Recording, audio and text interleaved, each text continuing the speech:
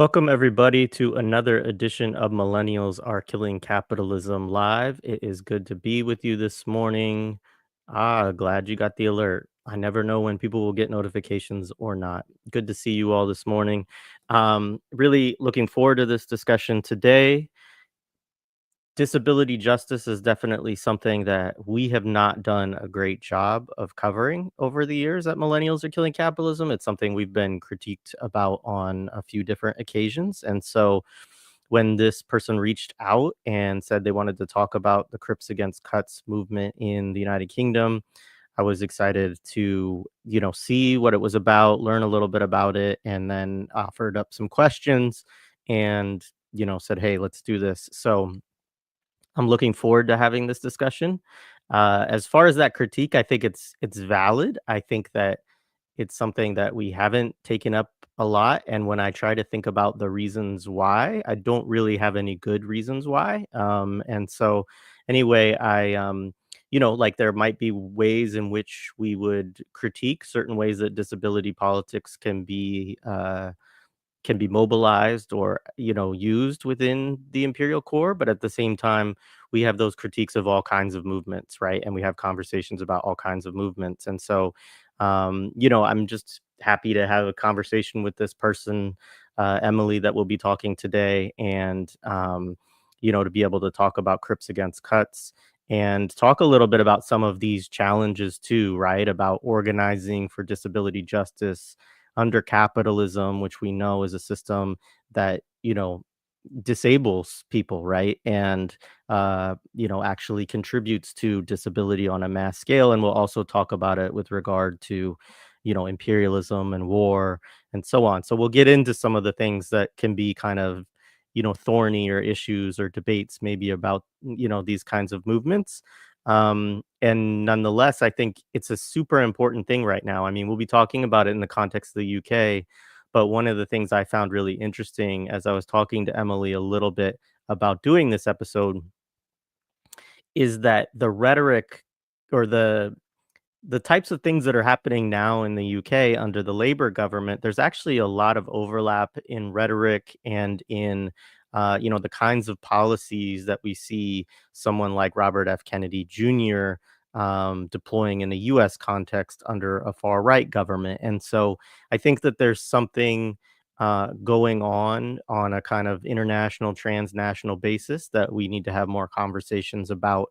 And we need to hear about how more people are trying to organize to confront these systems. So, um, I'm without further ado, Emily, welcome to the show. It's good to be with you today. Why don't you start just by, telling us a little bit about yourself and a little bit about Crips Against Cuts, just in a bigger sense. Yes, it's kind of complicated. We are disassociative identity system called the Emily Cottage system, or you can call us Kim Cottage, or just Emily, for simple sake. I've got multiple disabilities, and the problem we've got is that often they're medical labels, which doesn't quite capture the entirety of the experience internally, externally, etc. But I'm autistic, I've got Tourette's, and just a little FYI, if you see me twitch or move or make noises, it's absolutely fine. Like people have in the past of the interviews and they're like, "Oh, are you okay?" It's like, "No, we're not having a stroke. We're not. We're completely okay." But thanks for the concern. But we've been active in this in activism in multiple different areas since the financial crash, since we were at 15, and we're going to be 33 in over a week, right?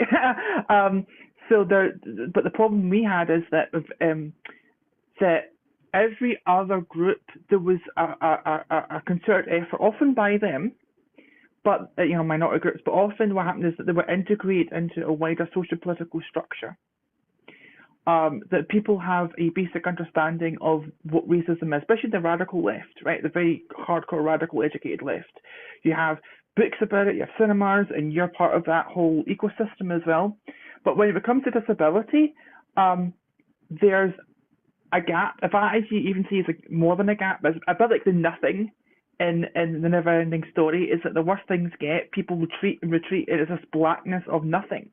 You go online and either there are memoirs about disabled people, there are doctors talking about a medical condition, or it's maybe, if you're lucky, some mad pride stuff, like talking about psychology and effects of psychology, and capitalism and stress. But most of the time, and then the rest of it is very academic papers. And so I'm in that, and we can go into experiences of activism about being excluded, attacked, hate crimes, why that happens, and we can also talk about why, and also like feed into the why Crips existed, radical politics, how the left has failed to disabled people and continues to, how that can be rectified possibly, and also kind of barbed issues about actually, being part of the oppressing class of disabled people.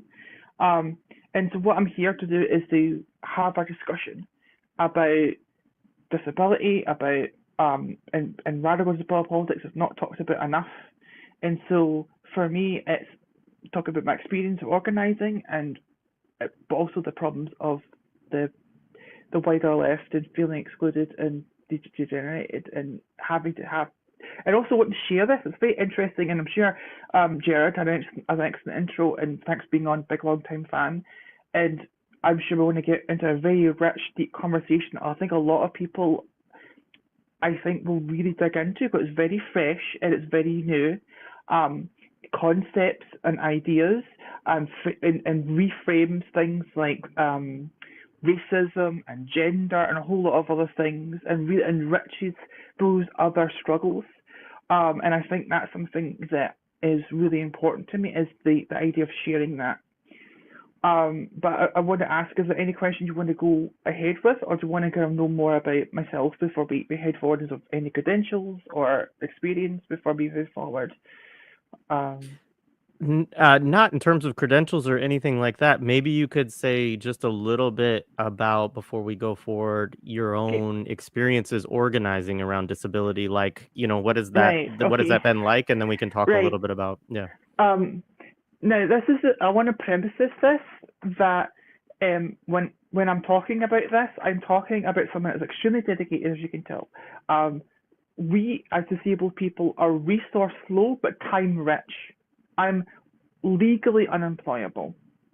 That means that my quality of my work is so unsatisfactory and affects with my physical mental well-being that I'm not fit to be employed by an employer.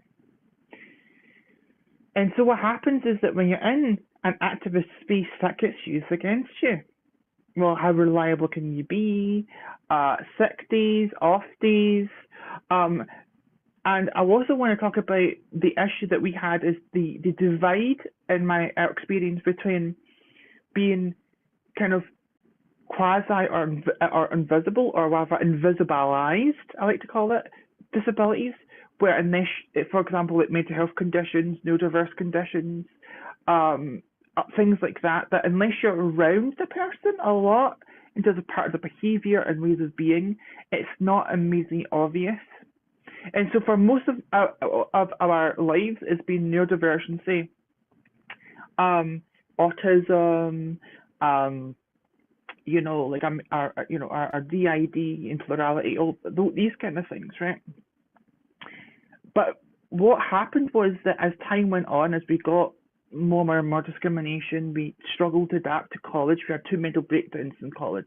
Luckily, college is free here, but there's this issue of trying to find where we are and getting slowly more disabled due to abuse, by family members, by society, by things of that nature, of trying to correct this bad behaviour, right? Is this idea of, you're not trying hard enough, you're not quite correct. Now, a lot of autistic people probably listening to this, and ADHD, etc., will identify with that.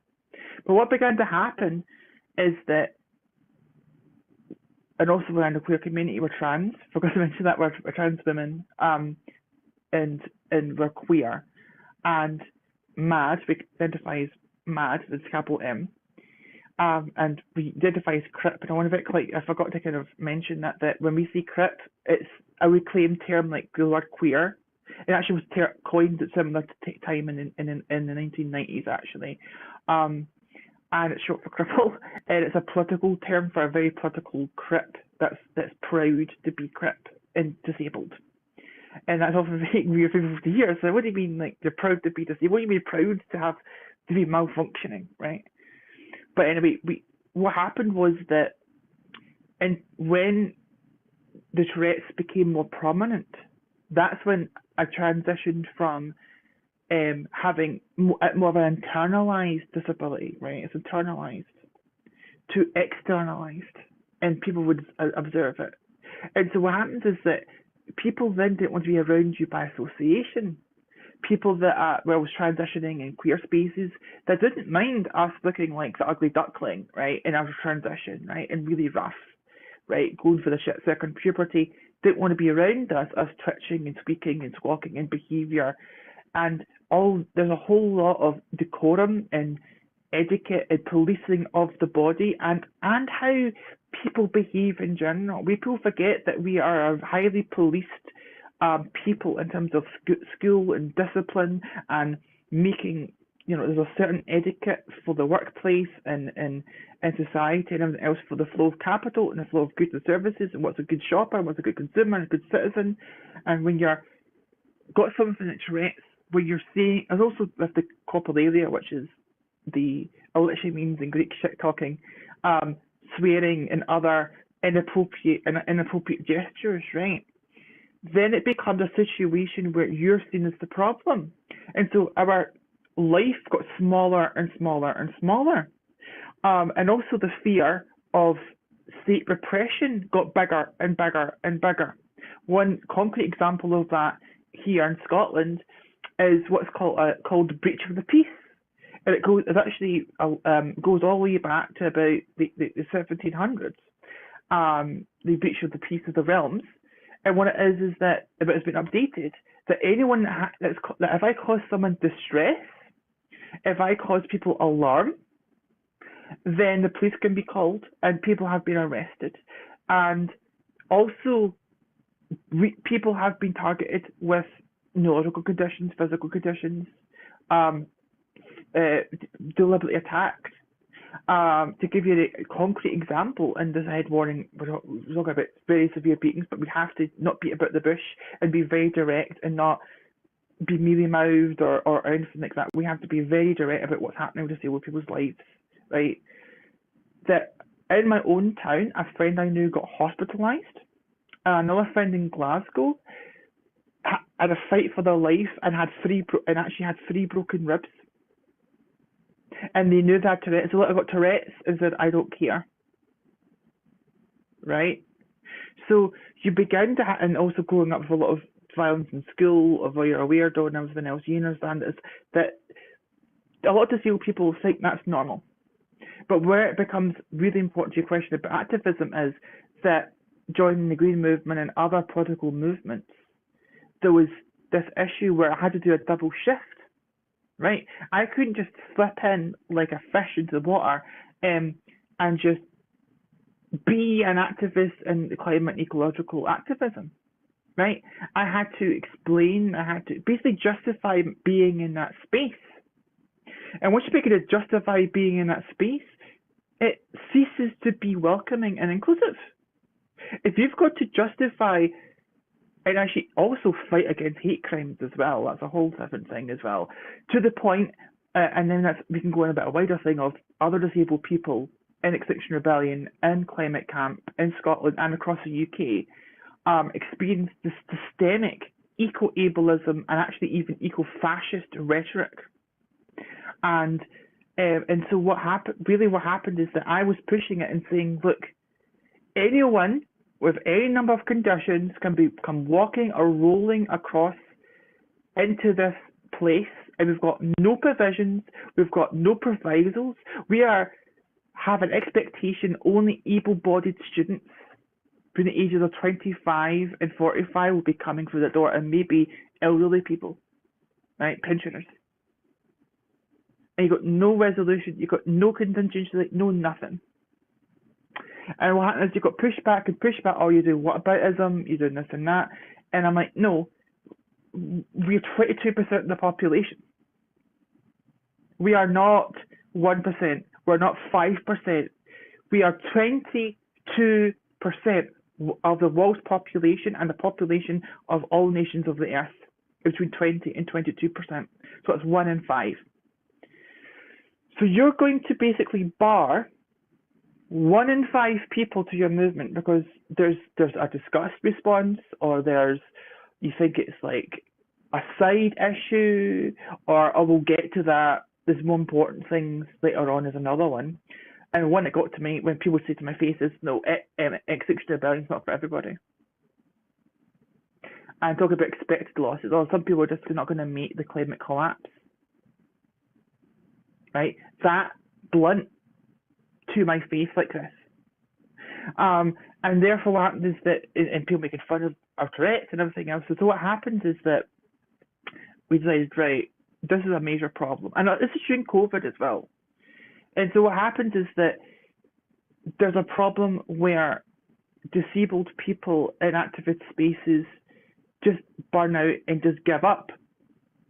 And because we burn out and give up out of self-preservation, out of the fact that every single bit is exclusionary to disabled, we actually live in an apartheid state, actually, and I'll get to that, about why that is, and people actually saying that from, in sources of that. So for me personally, I ended up basically having a mental breakdown about 2021, 22, right? Not my age, I mean like 2022, 2021, for myriad reasons. But one of them was the fact that Extinction Rebellion did an action in 2019 in October, and I was part of that. And the straw that broke the camel's back was that there was police violence of confiscating people's wheelchairs with people in them. And by the way, I'm in a wheelchair, by the way, I'm a wheelchair user. Got Ehlers-Danlos syndrome, with my chair here, hypermobility.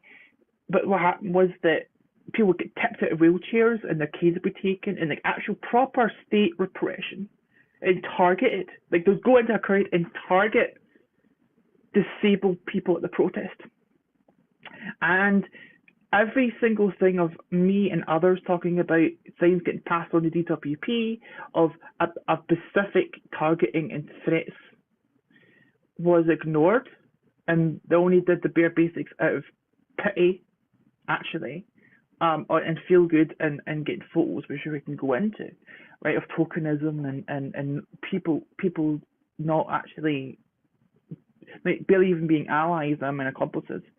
So what eventually happened was, it is very important, is that disabled people then did a counter protest at Scotland Yard, and had to get de-arrested because they're not accessible, right? They can't actually take them away. You got de-arrested, right? To protest about the state repression, and it was not really covered in their media, and it was not really talked about. And when it was talked about, it's in maternalistic terms and photos and how they would frame it. Oh, you're poor disabled, you should have a, basically like children. And that's also another problem we can get into about childism and that whole paternalistic thing, and being owned and childlike. It can fuck you up, right? And so what happened is that there was a concerted effort to not talk about, to be embarrassed, and you had abandonment, you had absolute structural abandonment, you had people without canes, and I've got photos, and I've got all this backed up, Jared, right? If you really want to go with pictures, I've got it all backed up. And so what happened was that disabled people were abandoned. There was no post-arrest support, nothing. You had people with their aids taken away in a foreign city with no help. You had people given, people that are blind, paper without braille, and they can't read it for 3 days. And no check-ins, by the way, by the mainstream Extinction Rebellion and climate camp and stuff like that, by the way. And so people say, oh, you're slandering. I was like, yeah, I'm slandering to the point where I actually did 3 talks that took us 4 months with 2 other common mates, which we've sadly grown distant because, life happens, to talk about eco-ableism and the basics of disability. And it didn't do a thing. And what happened was that there was basically a cover-up of the abandonment. They dropped us like a hot potato. And it was so hard and so devastating.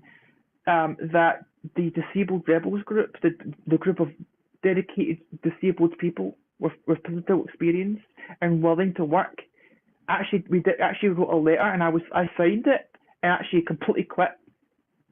Almost every single disabled person signed that letter in Extinction Rebellion and Climate Camp and quit.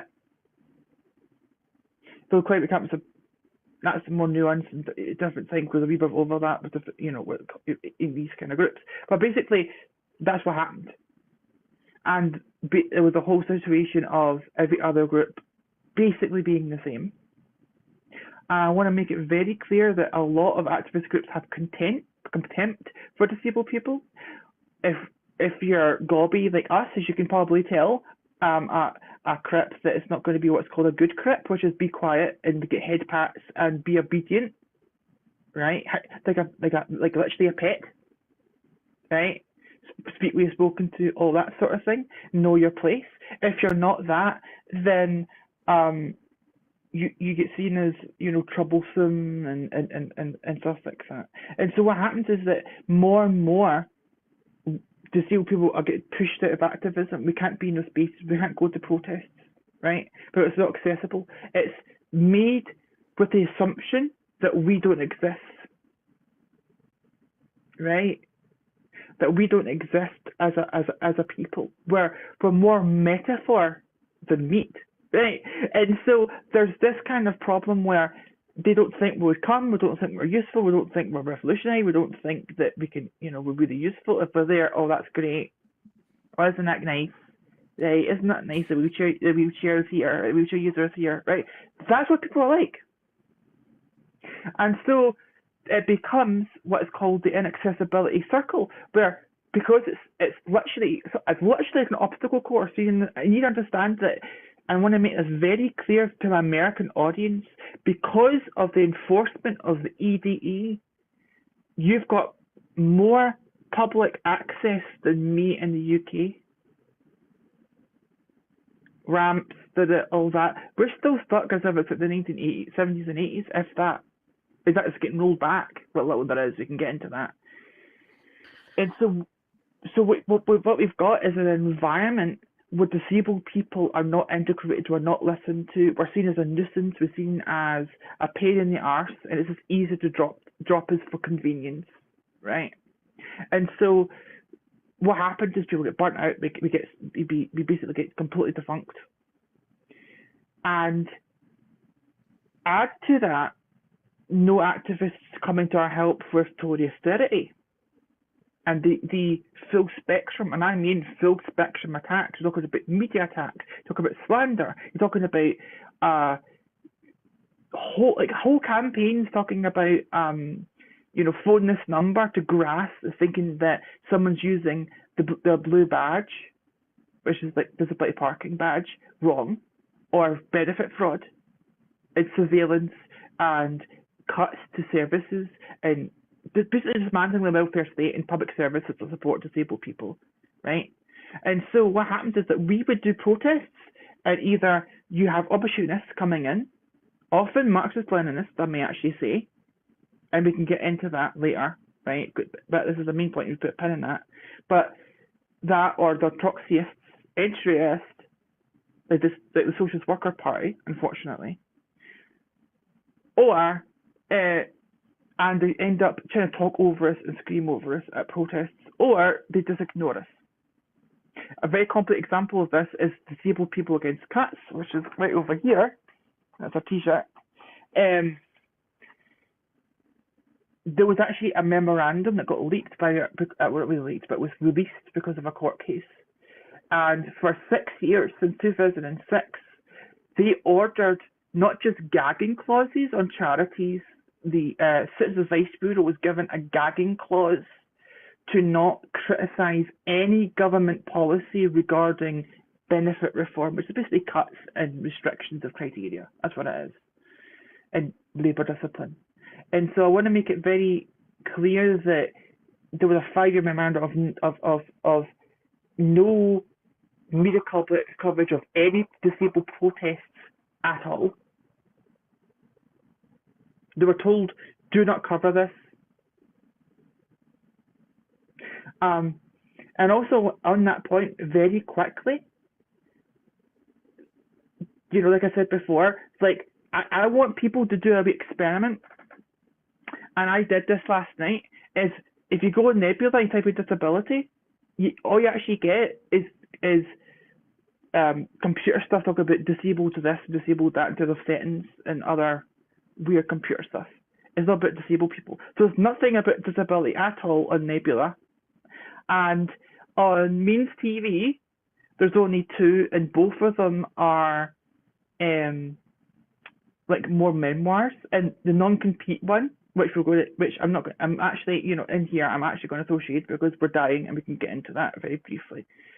But about the state of disabled people is that what we've actually got is non-compete because we pressured him, and we did. Me and friend talks about this very similar to this one, and he's only did one video, but he's not integrated it into any of his analysis. It's just, oh, you're disabled. Another one is, I think it's Mixie or something like that, about chronic illness, but it's more a memoir, and that's basically it. And then you go on podcasts. I do this as a little habit. Okay, right, it's a radical podcast to say about disability. Well, either it's welfare, or, oh, we need more access for medical care to cure you, or there's nothing at all. And so what I really want to really emphasize as we begin to branch out into the real, I mean, I'm going to do trigger warnings of like real hardcore shit, Jared, that as a disabled radical, you can't say we're all inclusive when you're excluding 20% of the world's population, 1.8 billion people. That is like ignoring the population of India. Imagine you never talked about any foreign policy, you never talked about India ever again. That's about people of politics and culture and art and like languages. We've got multiple languages. We've got Braille, we've got BDSL, you've got American Sign Language. British Sign Language was banned for 100 years because Queen Victoria didn't like it because it was unsightly, made them look like animals. So one monarch banned BSL in the UK and other territories for almost 100 years or thereabouts. Right? Like outlawed it in the British Empire. And it had to be underground. There's a whole, that's a whole story in itself, and I'm deaf, by the way. I'm like, that's my jam. I'm like, oh my god, people had to sign underground, and you don't hear this, and you're hearing that, and you're like, whoa. It's like, yeah, people had to do, sign language was an underground language, in secret. You'd be charged with it for doing it, right? So and so when we go in, and I want to make this also clear as well, and this is my frustration is, and I want anyone listening and yourself, Gerard, to sit back and go, why is it that the only way I'm listening about this in my circles is because I put it upon myself to email you, admittedly perhaps a wee bit antagonistic, but you're beginning to see a broader picture of a pattern of being ignored. I've emailed people, I've messaged people, disabled people have been trying to do that. You shouldn't kind of get this.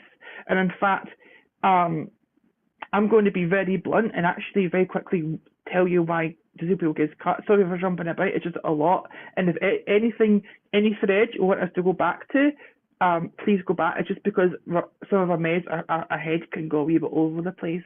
So if we go on tangents or there's certain things that you want me to go back on, please don't hesitate to come in any comments in the chat. But disabled people gets cuts is one of the few is actually a protest movement, disabled people against the cuts. And it was organised by George Osborne. It was organised against the Osborne and Nick Clegg government, the Conservative government. And that Conservative government started cuts. In fact, it was so harsh from the offset, the cuts. And all of this is because of the '08 crash, and we can go back a wee bit further if we want to go in a wee bit of history, where the Labour Party, with the financial crash under Gordon Brown, whose Blair quit, the Labour Party did what was called a work capability assessment and went from incapacity benefit to employment support allowance, which is what I'm on. Well, was on. And then if it's a credit. And also want to make it a note as well here very quickly before we go into more benefit stuff, is that we can't let it define the narrative of disabled people talking about benefit claimants or welfare, right? And that being the main conversation, okay? Because and also to make it complicated, so it's very hard to talk about. I'm going to make it very clear that the welfare state and everything else for disabled people is a lifeline, and if without it, we basically starve to death and die, especially those that can't physically work, because you can't go out and get a job reliably and pay your bills and you get homeless. And so what you've got is, but back to the basic timeline very quickly. So you had '08 to '09, the financial crash, they reformed the system because we needed to tighten our belt. Osborne did the same.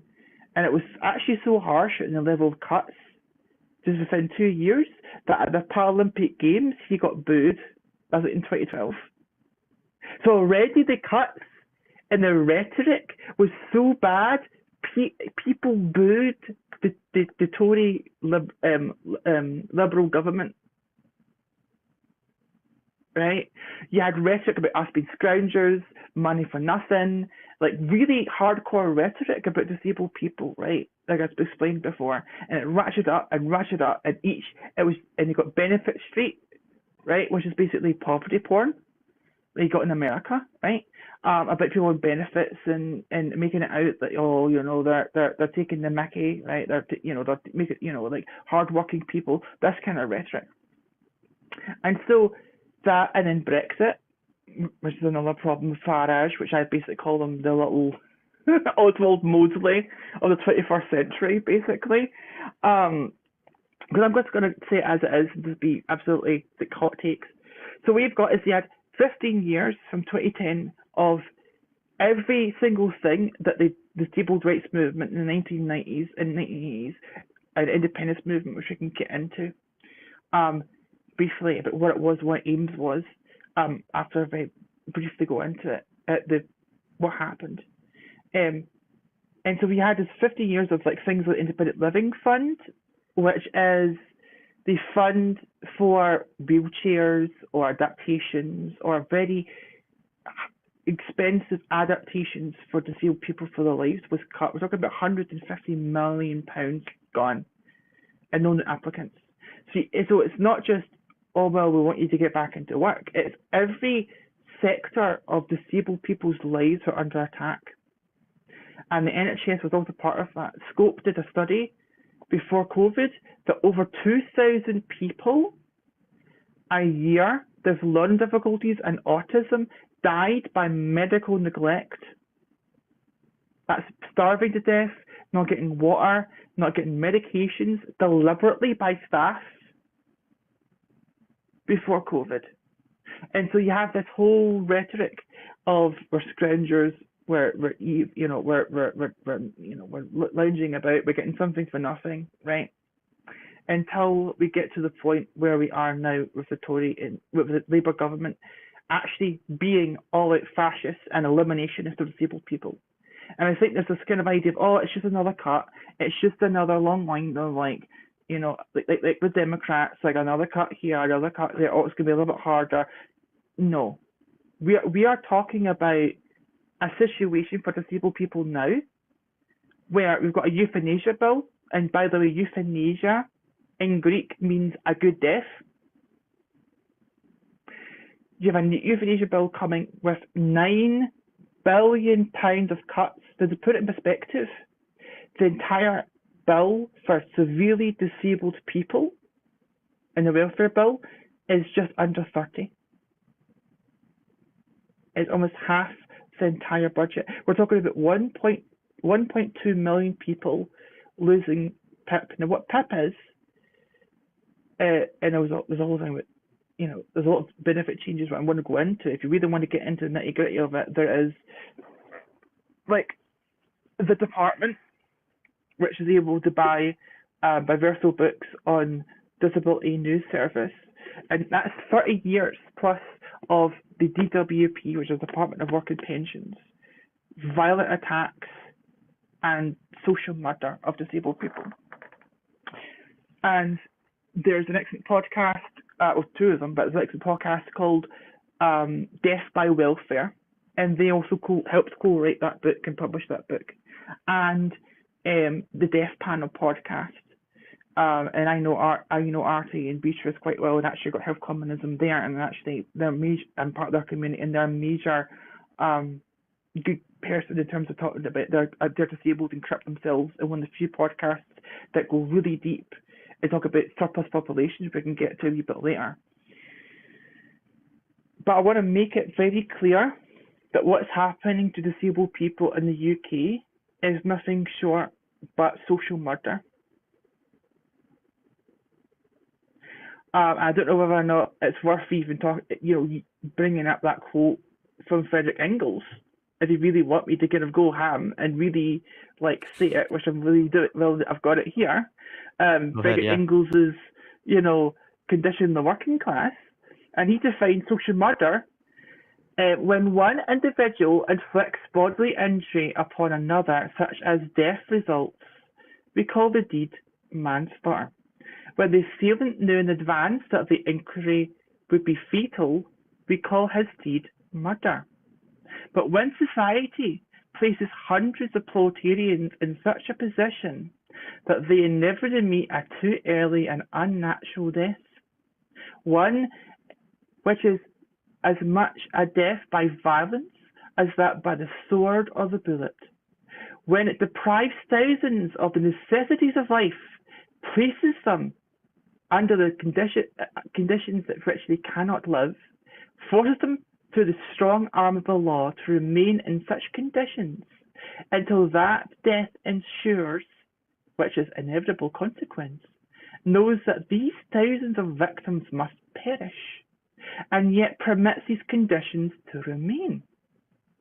Its deed is murder, just as surely as the deed of the single individual, disguised, malicious murder, but murder against which none can defend himself, which does not seem what it is, because no man sees the murderer, because the death of the victim seems a natural one, since the offence is more of omission than commission, but murder, it remains.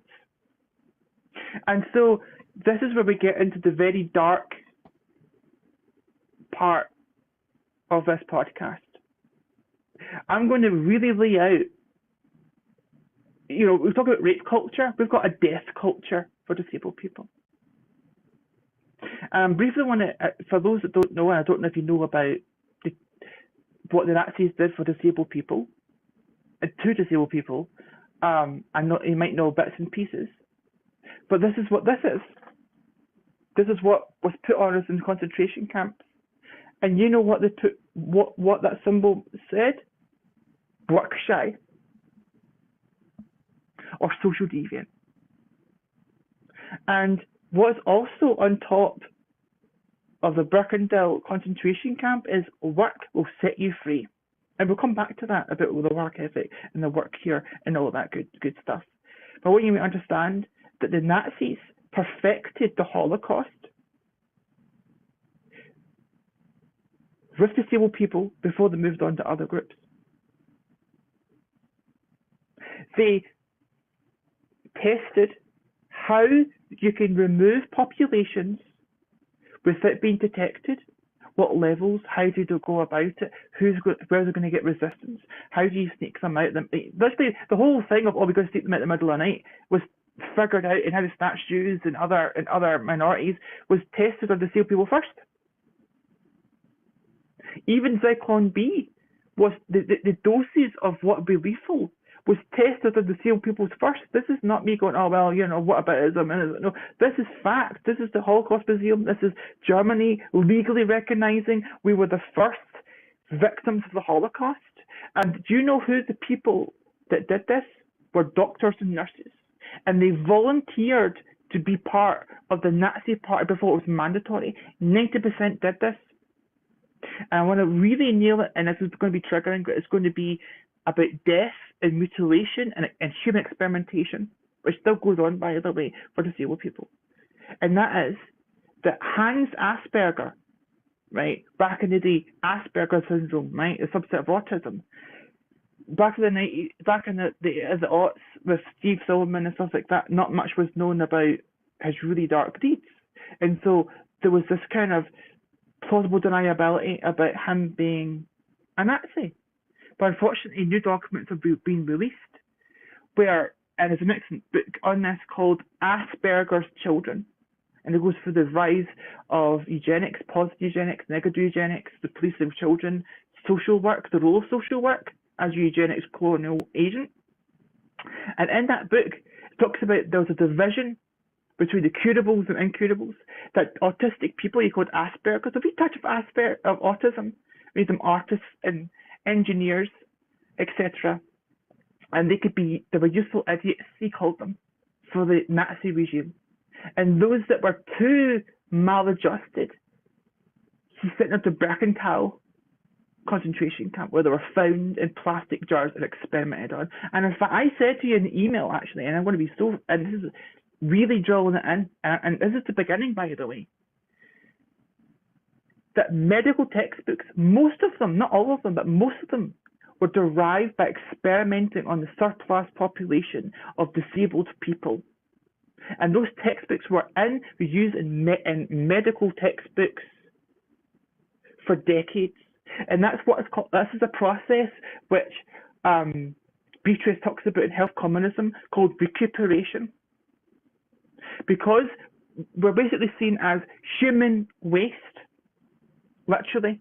In fact, especially if you're mad, if people talk about a loony bin, what do you put in the bin? Trash.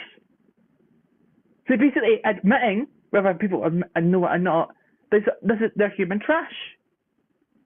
So what you've got is experimentation and recuperation of the disabled body, with experimentations, with organ harvesting, and we'll get to that. That sounds like a conspiracy theory, but a friend discovered that on their website, the Canadian website, they actually boasted, I don't know if it's on the Wayback Machine, they boasted about the expenditure going down due to their Crip killing bill, and the giving back to community of organ harvesting of disabled people. So the perverse incentive to kill people for organ harvesting. And I thought, oh, this is going to be a conspiracy theory, and it was real. And I can go on about disabled people getting murdered by their parents. There's a group called basically that runs a website called Disability Day of Mourning, and it goes in and it has articles as far back as the 80s of family and caregivers murdering their child.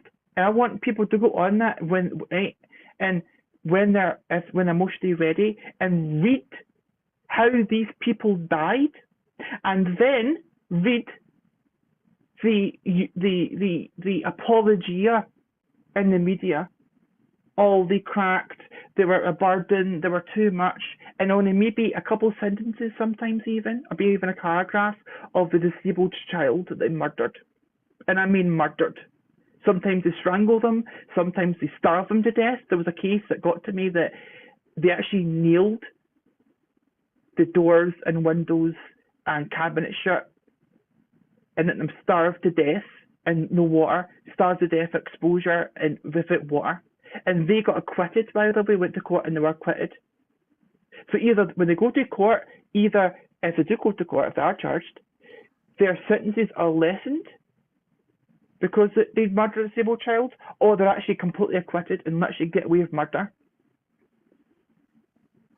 right?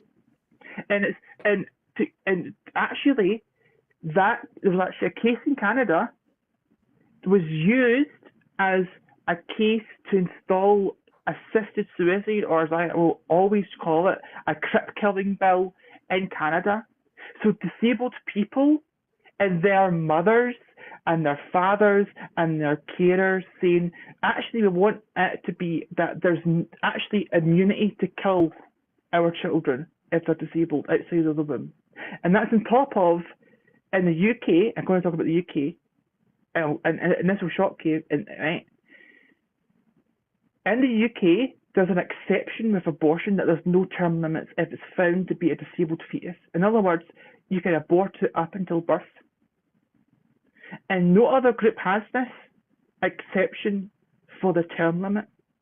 And in fact, there was a really disgusting case in America called, in Georgia, in the aughts, called the wrongful birth case, where what happened is that there was a false negative for the, it came back that, so what happened is that it just said, oh, your kid doesn't have Down syndrome. The kid got born, the girl got born with Down syndrome, and they sued the state for damages because they would have actually aborted the baby if they had known. And the judge threw it out, so this eugenics, the very idea of someone being wrongfully born to begin with, is the height of eugenics. And this is the tip of the iceberg. This is, when you grow up Crip, especially become visibly Crip, you know in your bones this society would prefer you dead, in your bones, in your tissues, and everything else used for scientific experiments. In fact, in health communism, to really drill it home, electroconvulsive therapy was experimented on by a couple of homeless women and others in mental asylums without their consent. You've got MK Ultra and other projects by the CIA and others, this is not conspiracy, this is in black and white, and you cover this. But they experiment on people in asylums, or rather, as I like to call them, concentration camps, instead of care homes. Right? That's why I'm a carceral abolitionist, not just a prison abolitionist. Every form of detention and forced treatment and all this violence on disabled people. And yet, you know what the scariest thing is? I'm probably the first place that you and others here have heard any of this. Can I just cut in there and we'll move to another question, but I just want to say thank you so much. I mean, you just laid out a lot. And, you know, first of all, sorry. I mean, you know, not personally, but just, it feels awful to hear some of the things that you've relayed in terms of just things that you've experienced or things that have gone on in movement spaces and organizing spaces, like, and the chat also, I think, is really, empathetic, and also, in appreciating hearing from you break down both those experiences as well as all the ways historically, contemporarily, and so on, that disabled people have been targeted. And so anyways, I what I want to do next is I want to get a little bit into Crips against Cuts and talking a little bit about that part, and then we can move back to some of these other points. Let me just say this. So talk a little bit about Crips against Cuts and what it emerges out of, and what this attack on disabled folks currently kind of looks like in the UK. What are some of the core features that you're seeing? Right. And there are, the other thing I want to say is there are these similar trends that I've really been paying attention to. I mean, if people are following what RFK Jr is saying and doing in the United States, I mean, yesterday he put out something really horrible about autistic people, very much kind of Mm-hmm. blaming, again, the sort of nuisance, but also it's tied for him with like trying to stop people from getting vaccinations, right? And so this kind of Yes. anti-vax politics as well. And Yeah. obviously in the United States also there's a heavy anti-trans politic that's Yeah. really taken root over the last few years. And I know that in the UK you all are there was just I think a ruling the other day about basically not allowing people to like transition their gender on ID cards or something like this. Yeah, I can very briefly go into that, but Yeah. as and all that Yeah, stuff. I'll let you Yeah. take it in there, but I just want to say that there's a lot going on here in terms Yes. of these kind of trends internationally, and I just want you to talk a little bit about what's going on in the UK, and then I really do want to you to talk about Crips Against Cuts too, to just talk about Mm. how you all are organizing and fighting Yeah. back. Well. I'm going to be very blunt. All of this actually started with COVID. And I'm going to be, and I'm not going to be apologetic about this, is that the same fakers that did apologia for people that be dying by COVID-19, and we take a note, are the same people that are doing apologia for the genocide in um in Palestine. And actually, there's a second genocide actually, which is the genocide of Seal people. And we just laid out the early stages of that, of totalitarian terrorism, but now it's by the state.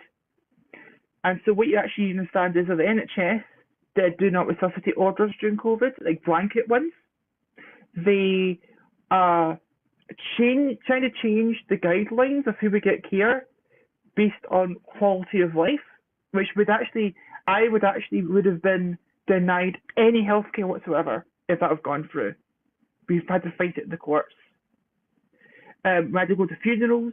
We had like that in itself could be a freaking podcast in and of itself about like disabled people and just like COVID and how actually we thought that was our moment of people getting killed and discussion. But what happened was, especially in the UK, because we had more lockdowns than you did, is that there was this resentment of like wearing masks and lockdowns, or why are we taking these precautions with people that really should be dead anyway, or they're gonna die from COVID anyway.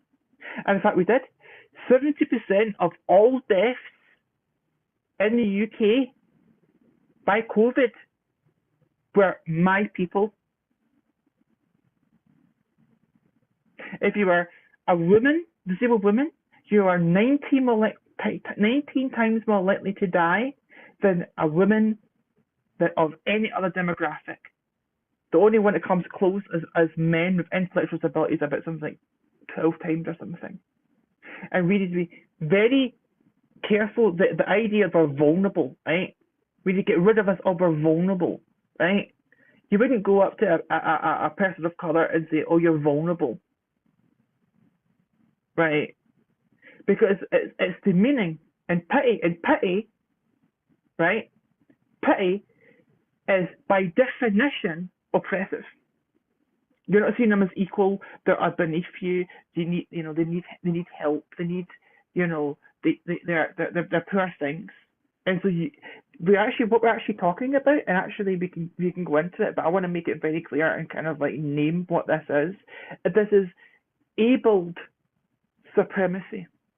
Now it is tied to white supremacy, but we need to actually focus and laser focus and be a wee bit specialist and blinkered to really understand it and not bring other things in and begin to kind of like, before we got the strong foundations of what I'm talking about. We live in a society where people that were able-bodiedness, the ability to do work and social reproductive labour, that's a household, nursing, things of that nature, are paramount. And if you can't do that, any of that, you should be reincorporated in the human race I just discussed. And so most oppression of disabled people is done by people that have either contempt, or they think they're better than them, or were broken, or were destroyed. And only a very small section of people have hatred of disabled people. But that hatred has grown due to resentment, politics, and stuff like that. And I want to make it so what you've got is disabled people being completely abandoned by the state. completely abandoned by every single political organization washed their hands of us. Every political party, every single one. We were on our own. I had Zoom funerals with people I knew person that died because their carer was like, I'm not going to wear a mask and coughed on them. They got COVID and they died.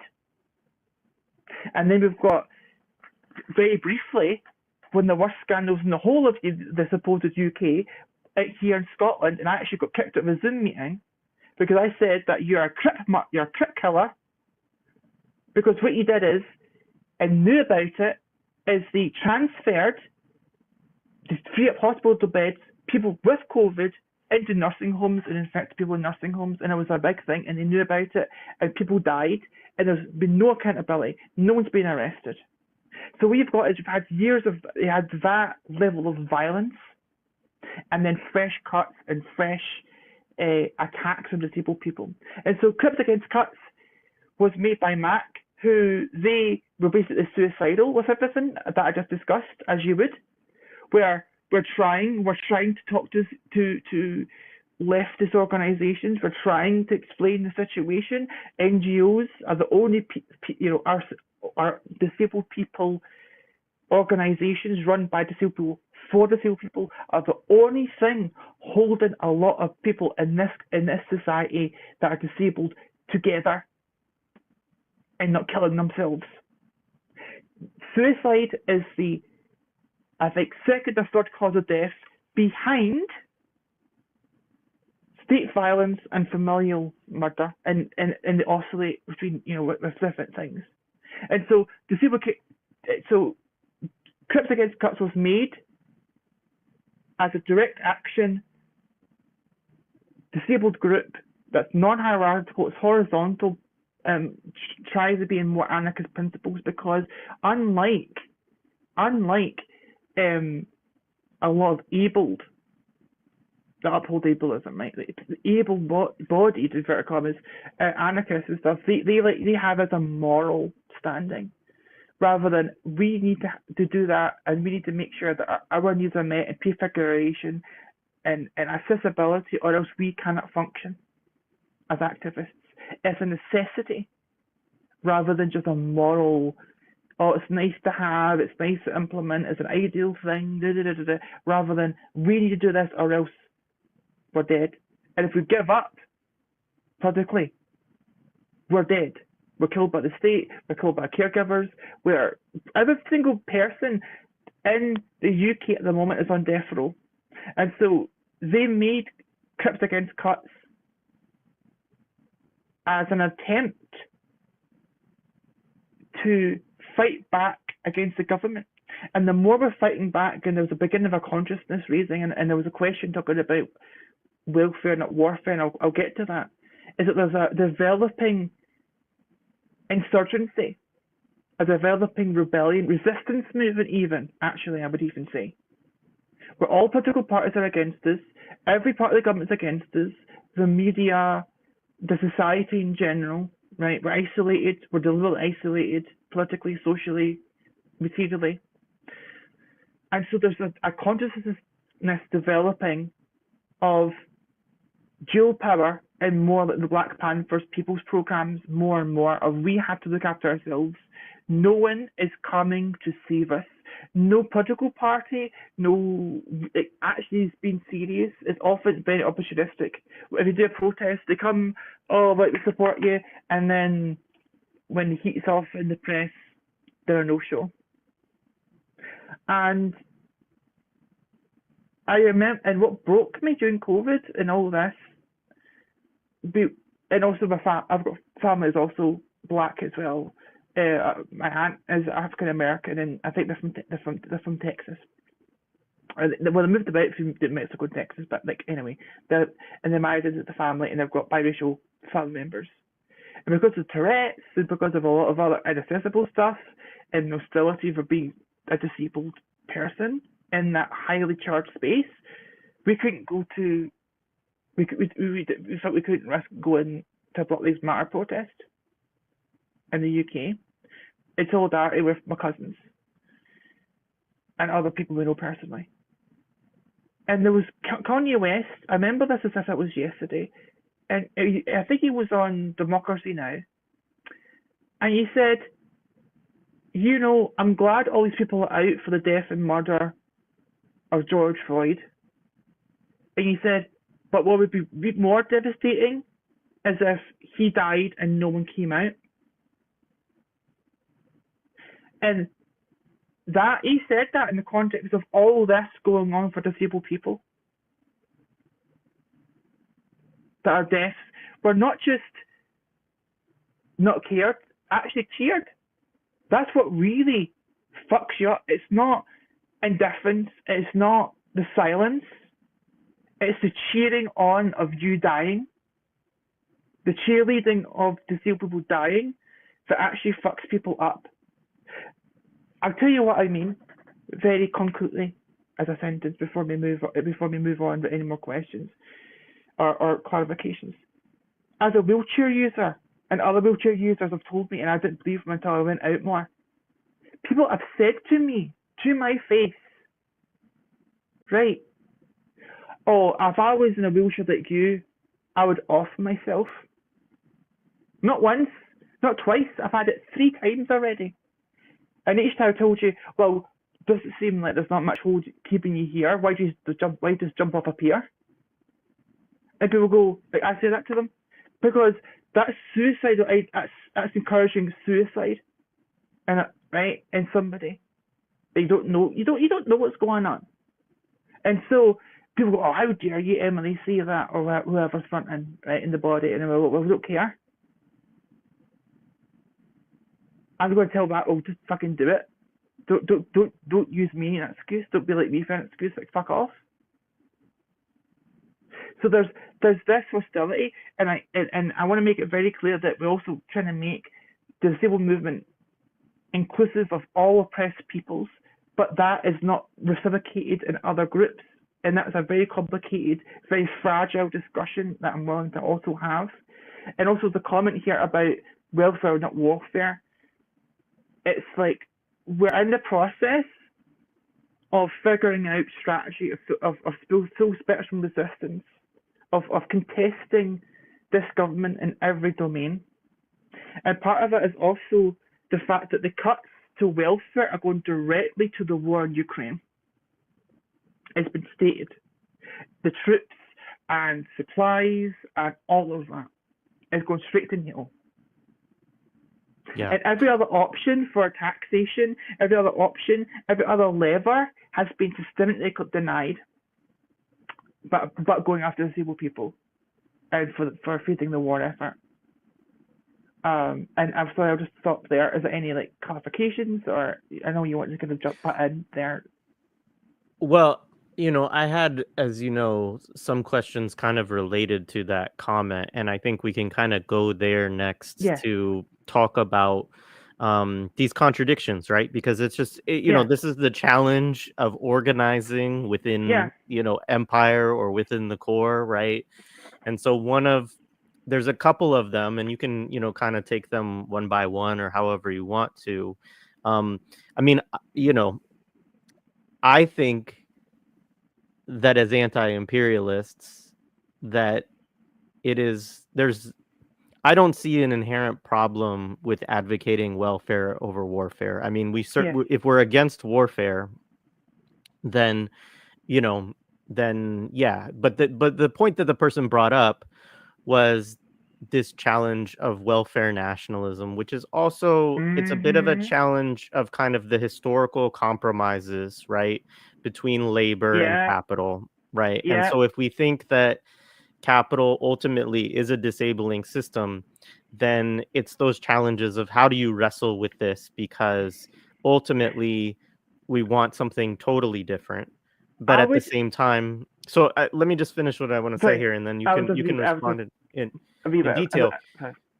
Mm. Yeah, because I think that so there's that element which I want you to address, and then there's also just Mhm.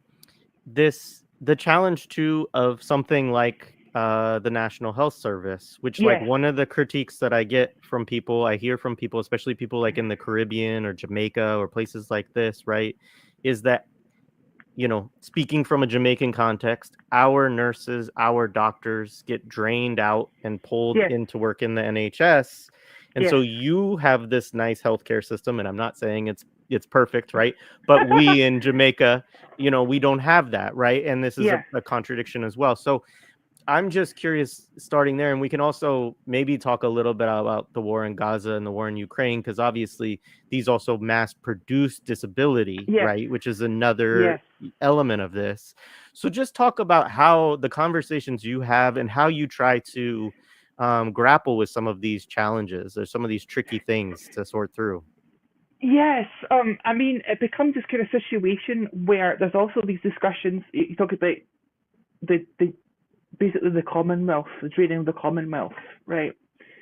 And the whole problem with Brexit is that these a lot of people thought like Jamaicans and people in the Caribbean and India and all that were like EU migrants, and that's a whole fucking hilarity. But the issue that we've um, got is that that's actually been slowing down because of the visa system, because of uh, this contradiction in the rhetoric of getting people in and not, but I also want to make it contingent on disabled people. Is there is this problem of when you get like a grant, and PIP is like a grant basically, it's a grant for extra expenses for disabled people. There's been studies done about £1,000, so like $1,200, $300 US, like a month extra as like carers, specialist food, medicine, etc. Right, that expenses of maintenance and that it gets privatized as a grant rather than collectivized. But also, like the NHS it has always been a colonial project. It depends on workers and resources. It could only be started by over exploiting or hyper exploiting the colonies. And actually, there's some speculation of whether that actually, you know, in a welfare state and everything else, whether or not that contributed for a lot of the independence movements in the global south, of that over exploitation and trying to um, reap and get as much resources and value extraction as they possibly could, right? And sometimes even doing literally, you know, scorched earth policies of like everything they can get out of it. But the point, actually, I want to kind of really say a controversial point, is that there's actually not much functionally for someone as a high use user, apart from where the cost comes from, between someone in America and someone in the UK. Right. So what I mean by that is, and I'll also go to carers in a minute, of like how there's a lot of discussion about how they're exploited by disabled people, and that makes feeling of guiltiness of like paying them lower than minimum wage and carers allowance and care. And actually that's where a lot of Crips feminism, which either if it doesn't exist, I'm making it. If it doesn't exist, I'm expanding upon it. There's this issue of the NHS being like of this false dichotomy between private and public, and all it really is whether the state takes on the burden of of of healthcare and the cost of that and administrating it, and what is called administrative burdens, which I really like that phrase. That's Bolton talked about this, where is put onto the person and the financial burden, like in America, where you've got to pay for it.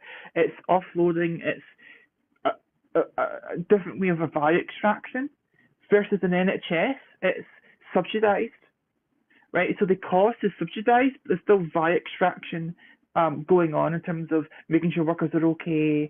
The other things I've briefly discussed at the beginning of this, of going into like recuperation of disabled people's bodies, trying to cure people. Modern medicine it was made to cure disabled people, especially the Black Death. Even the term hospital comes from the word hospitality, that poor and sick people would be there and be looked after, right? So for its very origin, the hospital as we know it today is a colonial project where the dispossessed, these surplus populations, get get warehoused, basically, right? And so what we actually need to have a conversation about is what could be called a people's medicine or people's healthcare system. And there was one group that spearheaded this with others, and that was the Black Panther Party. They had 42 clinics, and they did research on sickle cell anemia and stuff like that. It's actually a book that I need to start reading. A friend recommended it. It's something like Disabled Black Politics. It's about the Black Panthers and how the Black Panthers and that they are models of, of people's programs and, people's survival programs pending revolution, how that's actually a tool to actually also help disabled people. But as a disabled Black Crip, that's got to do that, and it's a problem. And I need to be very careful here. But I have to say that a lot of the disabled Black Crips are in our communities having issue of able supremacy within Black communities or other communities, of them absorbing the common sense explanations, the ideology of the society, to quote Gramsci. And I kind of joke that I'm also we are organic intellectual. And there was a BBC documentary about chicken shit. I can't believe BBC did this, of like the chicken shit, of the intellectual chicken shit, the fertilizer of the organic intellectual and all that kind of stuff. But I want to make it very clear that the medicine is still about policing the body and the body politic, and the state, instead of the state controlling it, it's still, in America, it's still state controlling it. And actually, in the United States, you have actually socialized parts of your medicine that are unprofitable to then make it able to be extracted surplus value from that population in other ways, like with Medicare and Medicaid. So I want to make it very clear, socializing medicine does not change the core dynamics of medicine, because it was inherently made to be disableist. It was inherently made to be hostile to people, and it's an affront to humanity because it was made for the interests of capital and the capital owners and doctors and that whole class of people. And doctors have always been and always will be, until the system is abolished, the enemy of disabled people. They gatekeep where they get welfare. They gatekeep access to life-saving treatments. They gatekeep bodily autonomy. Things are done to you. Like the Mental Health Act has got one very quick example, has got one of the most draconian forced treatments in the world. You can have everything up to lobotomies and actual physical surgeries with no right to repeal, or very limited rights now to repeal, apart from a spouse and maybe some other people. But even then, it's very difficult to do. And so we need to have to understand what could be called a people's medicine, where it's not about maintaining something called health. Health is a fantasy, is a social construct, is a eugenic fever dream. And that's why people didn't care about us dying, because they thought they had this thing called health. I've got health. I've got this thing, just like people have wealth, like, oh, I've got shit in the bank. I don't even worry about these tariffs, right? I don't even worry about tariffs. Don't even worry about that. I've got this insulation, right? I don't think they're invincible, or they've got this, I've got this immunity debt. Yeah, I've cleared this immunity debt. All this kind of, all this rhetoric, right? Because they don't want to think that they can be disabled, or they actually might even be disabled and not know it yet, right? So, and also want to make it clear about the care issue as well, about people coming over. There's a lot of issue of disabled people uncomfortable being put in a position of being an exploiter, of using somebody that's foreign, that's captive, that can't leave for your care, of displacing your oppression, displacing economic relations, right? And what you get is, all you really get is disabled people trying to purchase inadequate care from different care providers and being taken care of as basically what should be is either to help you get into work and social reproduction in the household, or to basically shut you up, to free up you being a burden to your family so the family can work. It's not about your human needs, and this is actually a core point I want of this particular podcast. And obviously, I'm sure a lot of people are enjoying this talk and probably will be on more often, and I'm sure you're enjoying it. But disabled people have this kind of problem where our needs are chronically not met. So we can't talk about disability and even like the revolution, even if we really want to be serious about revolution, until we actually talk about human needs. How do we get those human needs? How do we do it without exploiting and displacing those relations, those contradictions that Marx talked about, those eternal contradictions, displacing them to the third world, right? What other parts of society, disabled people, people of colour, trans people, right? And so it be surplus populations. Because who the fuck cares? And that we're managed populations. And what we're having now, and I want to make it very clear, is that disabled people with the help of the NHS and every other system, there's a genocide going on to reduce the number of disabled people, of work or die, of them basically no welfare state, basically. This is what we're dealing with. Of basically you work or you will literally starve to death in the thousands, tens of thousands. And that's what we're facing. Appreciated. And I think this is a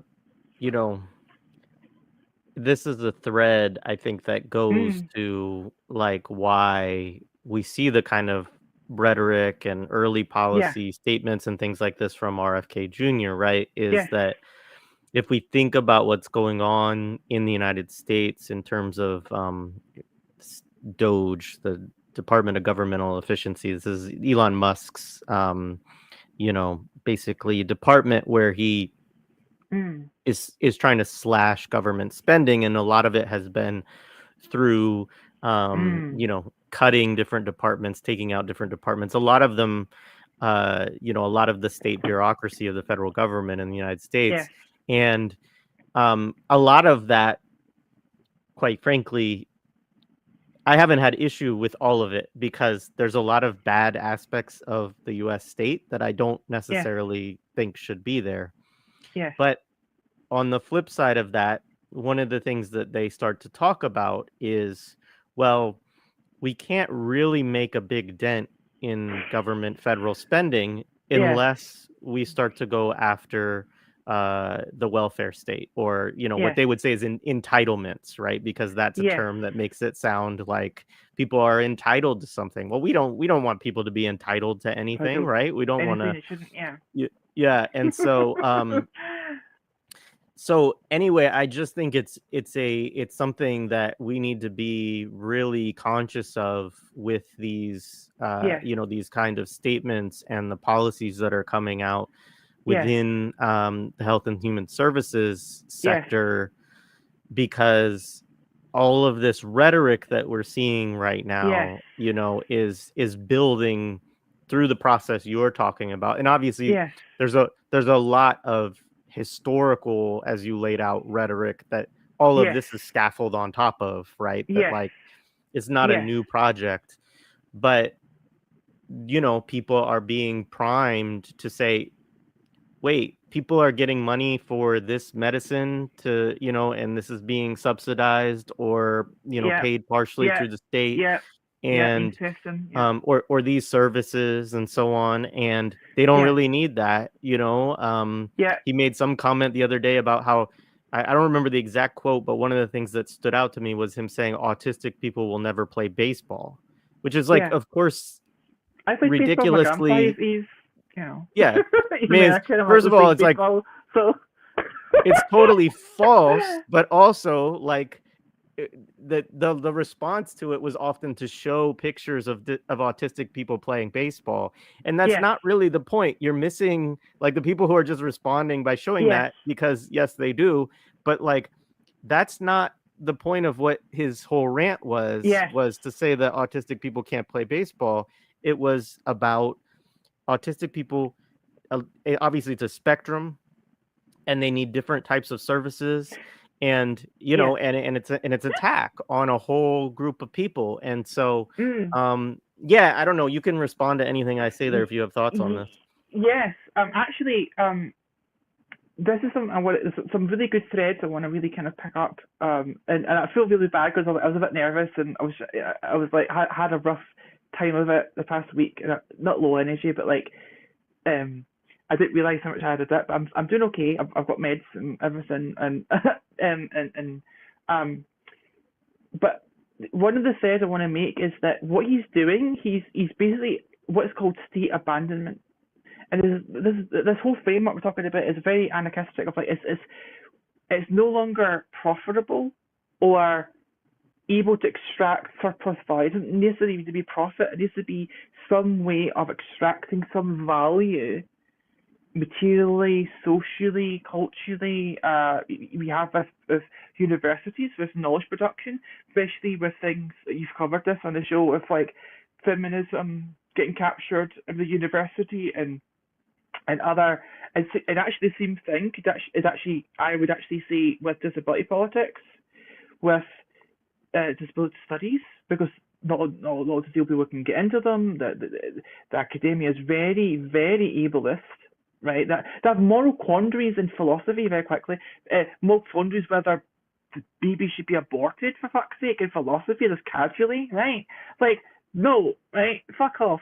But the point I want to make is that what he's actually doing is he's shirking responsibility from the state, the contract of the state, the social democratic notion, right, of the SDR and all that, right? This kind of concession that the state, kind of insurgency, I would even say, the state is there to look after the people as a safety net. And what's happened is that the safety net has become just a net, right? But what he's particularly doing is there's two types. Well, the weird difference between a liberal and a conservative is a liberal wants a safety net for people that don't make it, and a conservative thinks that it's not responsibility of the state, it's individual responsibility, right? That it needs to be your responsibility as an individual problem. And another point I want to make very quickly, and there's a book I think I like to say, both of them, right? But one of them is about autism, and that's where I learned about disability day of mourning. Is that when we talk about autism and any other condition, right, or even disability itself, right, as a pan impairment thing, right, as a political grouping, right, economic political grouping. But disability itself and other neurodivergent groups, people talk about autism in the third person. Right? Have you noticed that? They talk about it as if it's this thing that inhabits the body. That there's this mythical, non-disordered person underneath it all. Right? And so there's this war on autism. And part of that war is it's very similar to a witch hunt actually, where they're like, when they burn the witch, it's like, well, you know what?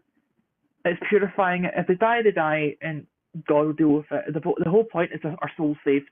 The body doesn't matter. You have this very similar mentality with autism and other disabled people of morally, socially, politically purifying them. And if they die, they die.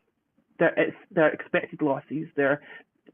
With this turnover, they're useless. They're not part of the economy. We're just churning through them.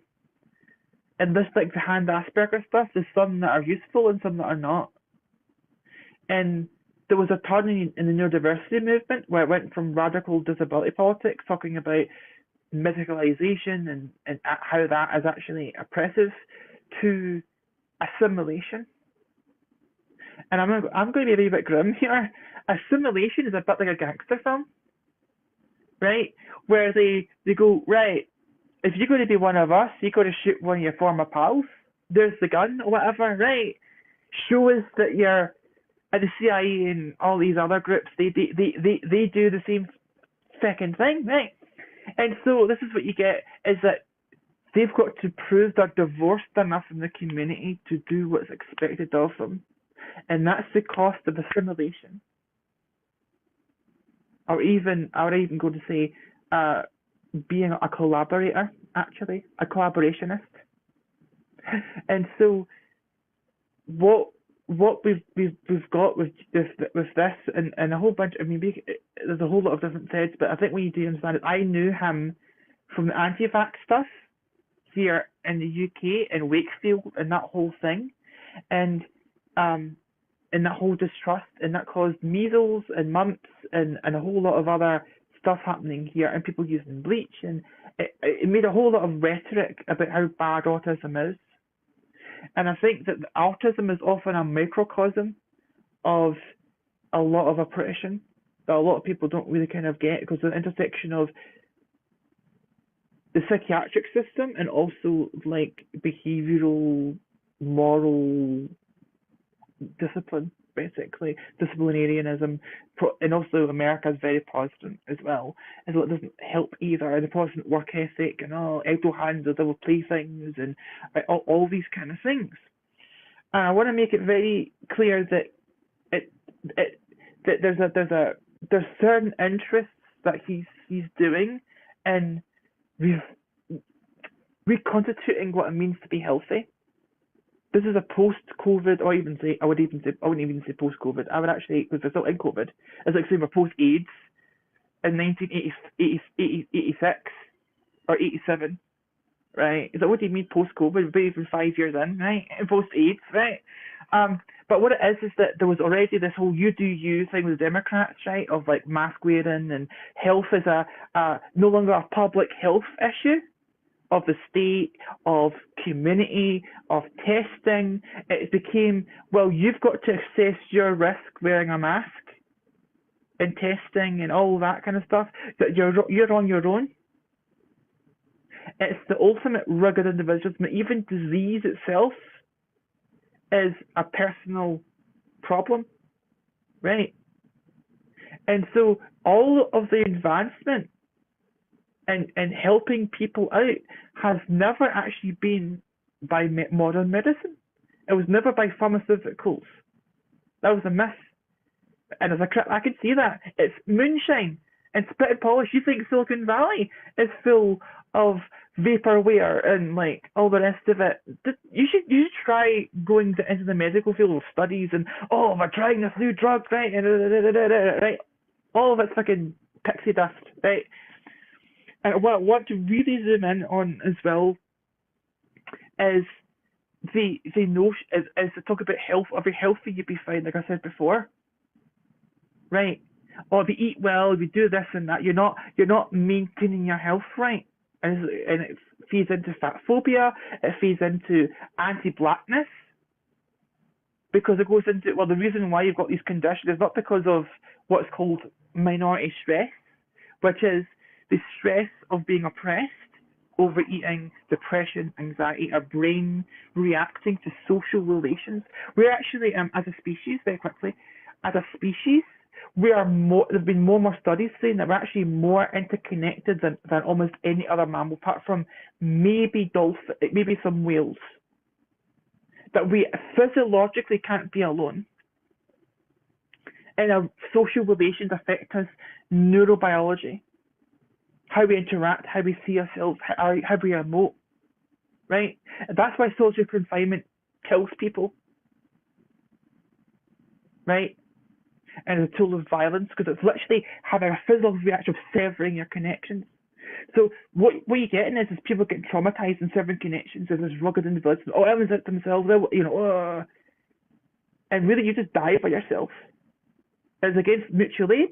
It's against everything of science of like us helping each other. And so what's going to happen is that people will pull back and pull back and pull back. Actually in America, there is no further way you can pull back. Every single household is under siege, right? every single person, they go to the grocery store, they start half starving to death. They're worried, they're anxious, they're absolute mess. And then what's going to happen is with healthcare, there's going to be and a whole bunch of in public health, it's going to be another layer.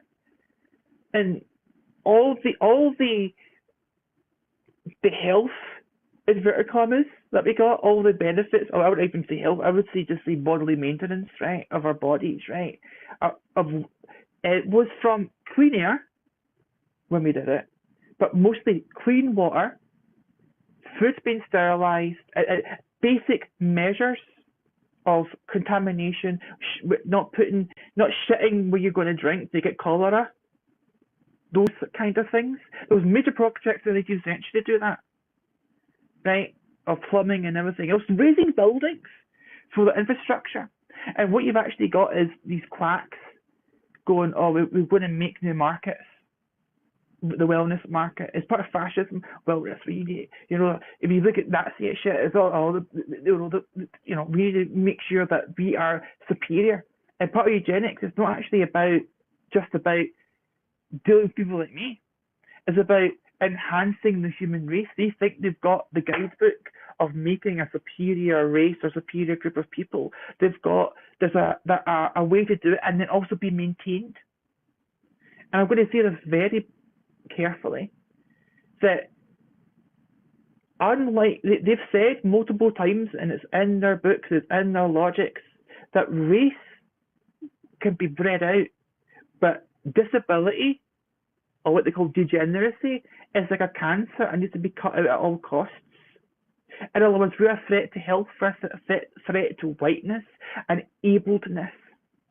And that's what he's trying to promote. This abled white man, I don't need to depend on anybody. Look at me, I'm self-sufficient, as a moral thing.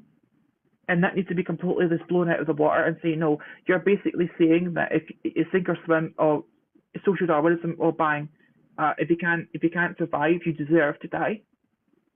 Actually, you deserve to die because you're not adapted to that. You're not doing it. You didn't do enough.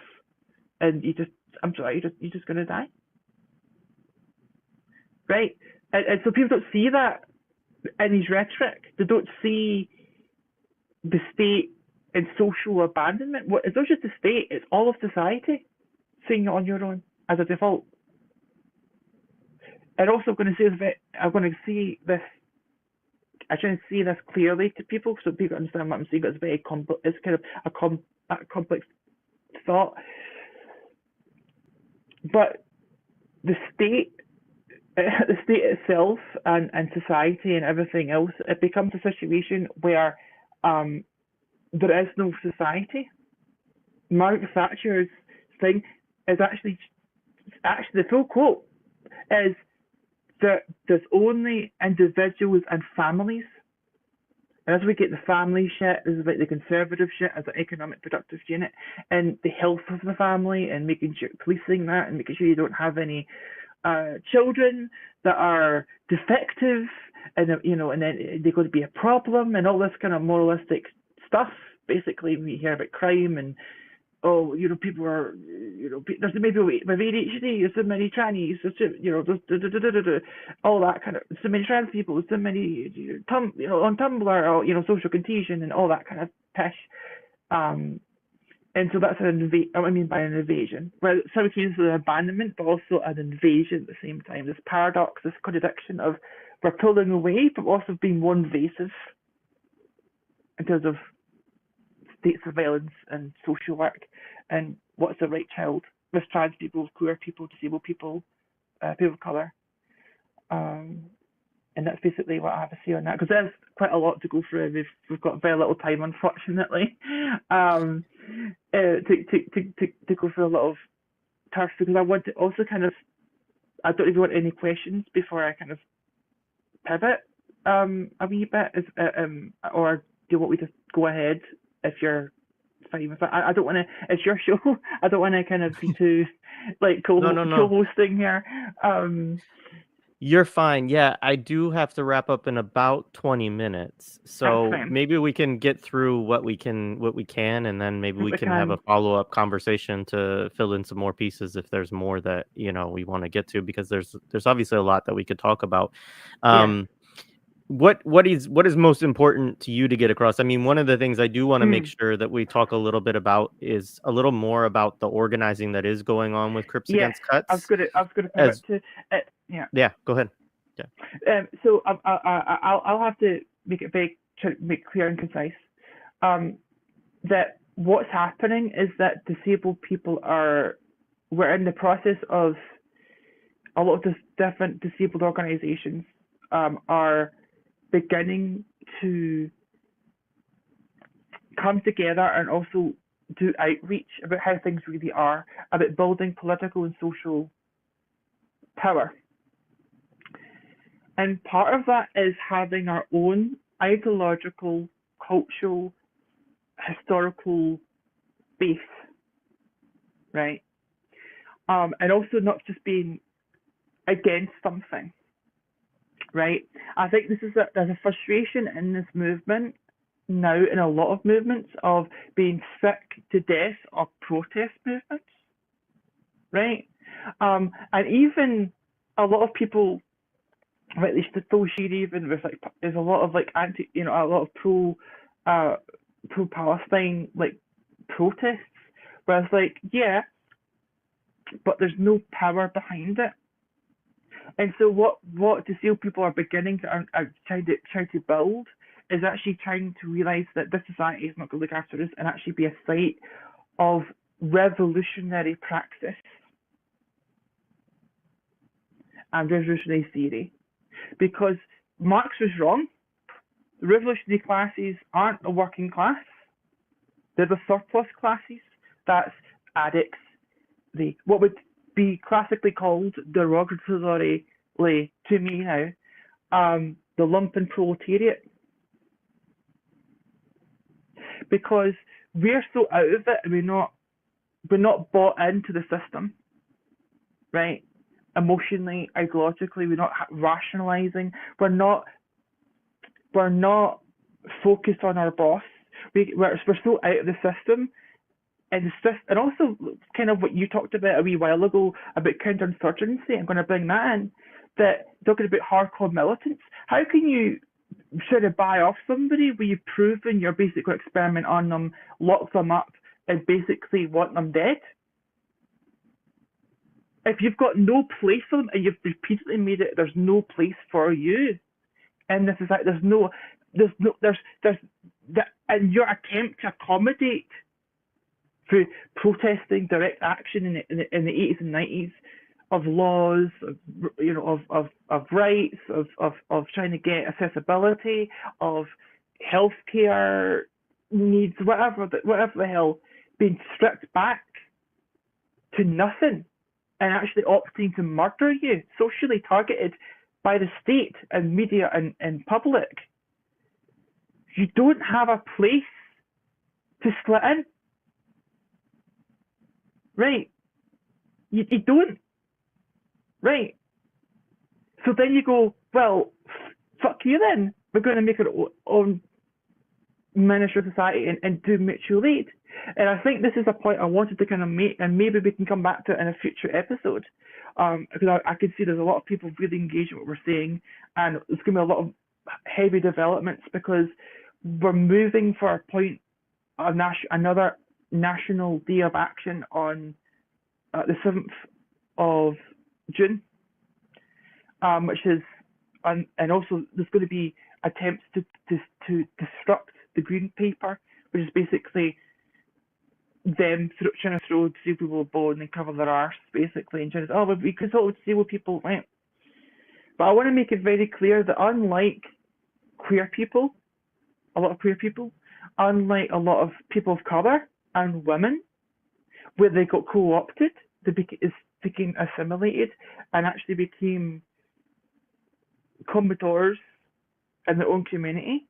They became very much colonialized, and you've got the pink capitalists, you've got the black capitalists, and you've got the lavender capitalists, right? And they're integrated into that system. A lot of disabled people were partially integrated by work, but they were kind of in a precarious social economic position. Now all of that's falling away, right? So then what happens is that now you've got a group of people that are getting increasingly radicalized, increasingly beginning to think about the state is not going to be here. All of our allies are basically not really allies. They disappear like a fart in a hurricane if there any threat of the police coming and being all the rest of it, right? So it becomes this kind of problem where you can't really buy us off, right? Because we're always the hardcore. We can go, well, here's like 200 years of your fucking eugenics movement, and you're using the same rhetoric, so we don't buy it. No, we're not going to sell your moonshine. We played at your game. It's the problem. The thing that's happening is that there's a transition from protesting to, oh my god, shit, like all hands on deck. This is an existential crisis to every single disabled person in the country or the UK. This is an existential crisis to everybody, and it's getting to the point where we're obviously, I don't want to say too much, but we're preparing enough to do direct action and do whatever needs necessary to stop the cuts. And if the cuts do go through, we need to have contingency plans to keep on fighting. And the real pain, the real sore point for me, and I'm going to make it very clear, we have had 4 entry scripts trying to coup. We've actually got 2 attempts to coup our governing bodies, and we're only a month old, from Trotskyists and MLs already. Or they come and they basically usurp our protests for recruitment, and basically they've actually shoved disabled people out of the way and at the back. So my main point I want to make is that there's a reckoning that needs to be acknowledged that the left has left disabled people to die. There's a vacuum, and that vacuum gets filled by common sense and stereotypes. And actually, they're part, almost like a buffer zone, a physical buffer zone. And how do you think we feel when we talk to radicals, the people that say they're radical in rhetoric and even sometimes in deeds, and say, I don't think disability is I don't know how to deal with disability, or I don't think disability is a relevant thing to deal with, which has happened to me multiple times. Once or twice, that's understandable, but when it's over and over again, that's a pattern. And a lot of people say, oh, it's maybe because you're very aggressive or very... I'm only aggressive when someone is literally saying that us dying and us being attacked by the state is not a political issue, it's a personal tragedy. Like, of course you're going to have a bad life if you're disabled. And believing that lie and not listening to us and not coming to our aid when we're asked. And so there needs to be a real look in the mirror by organisations, especially by a lot of Marxists, because Lenin and the Soviet Union oppressed disabled people. And that was supposedly a socialist state. And I'm not going to an argument about socialist. Like, I would say it's attempted socialism, or trying to work towards socialism. And what happened was you had a mass movement of disabled people that had unions, that had co-ops, that had organisations, were destroyed, and they were put in camps, literally. Somebody's even doing forced labour. Because of the worker state, if you couldn't work, your access to goods and services was curtailed. There's an excellent piece on this called There's No Invalids in the USSR. And also you've got issues of oralism, which is teaching deaf people to speak normally, to basically make it easier for the population, not easier on them, not their autonomy, what their needs are, and thinking they're helping. And so I see this not to throw shade for the sake of it. Others, oh yeah, you're an anarchist, of course you say that. It's like, no, we have to look at all of our history and understand that why did socialism not work for disabled people? Because we can't just go down the pitfall of, oh, it's just capitalism. We had disabled people in feudalism getting oppressed, and slave societies getting oppressed. The only time they didn't get oppressed is by hunter-gatherer societies in a non-class, a non-state, and a non-monetary society. And so you have labour for income, and your income is based on whether or not you can actually get the goods and necessities of life, if it's based on whether intentional or not, on a neo-Malthusian, Adam Smithian notion, whether they know it or not, that you need to work to justify your right to life. And actually, Lenin, I'm going to give a quick quote by Lenin, very quick, very, very, very quick. If I could, I've got it actually right here. That he says in State and Revolution, and this is page 131, and he's talking about work, and he says, however, it persists as far as other part concerned. It persists the capacity of regular determining factor of the distribution of products and allotment of labour among members of society. The socialist principle, he who does not work shall not eat, is already realised. The other socialist principle, an equal amount of products for an equal amount of labour, is also already realised. So what did that mean for disabled people? It meant that because of our labour power, and disabled people, I'm going to pivot into like why the Labour Party is saying this and work here very quickly if I can. What happens is that we are the only group. I can actually see even an argument apart from maybe slave societies and slaves, but that's more hyper exploitation. This is part of the recuperation of trying to squeeze every last bit of worth out of us. And we can go into in productive time. Why would when you hire a disabled person when somebody that's non-disabled who fits the machinery of industrial capitalism or industrial socialism? And so what happens is disabled people become increasingly incompatible with the demands of an industrial capitalist or even a highly productionist or even commodity making socialist state. And so what happens is you have a situation where disabled people are seen as surplus, and there's also other issues of how the Soviet Union saw other surplus classes because of the rhetoric of Marx and Lenin. And that's where you see a lot of and this is where you have similarities, where it's this obsession with work. And with labour, what's called the work cure, the idea that work itself is good for you, right? And so there's talk about mental health is okay and and so we are told we have to work to prove our worth to society. And if we don't work, then all the violence, all the poverty, all the things is your own fault.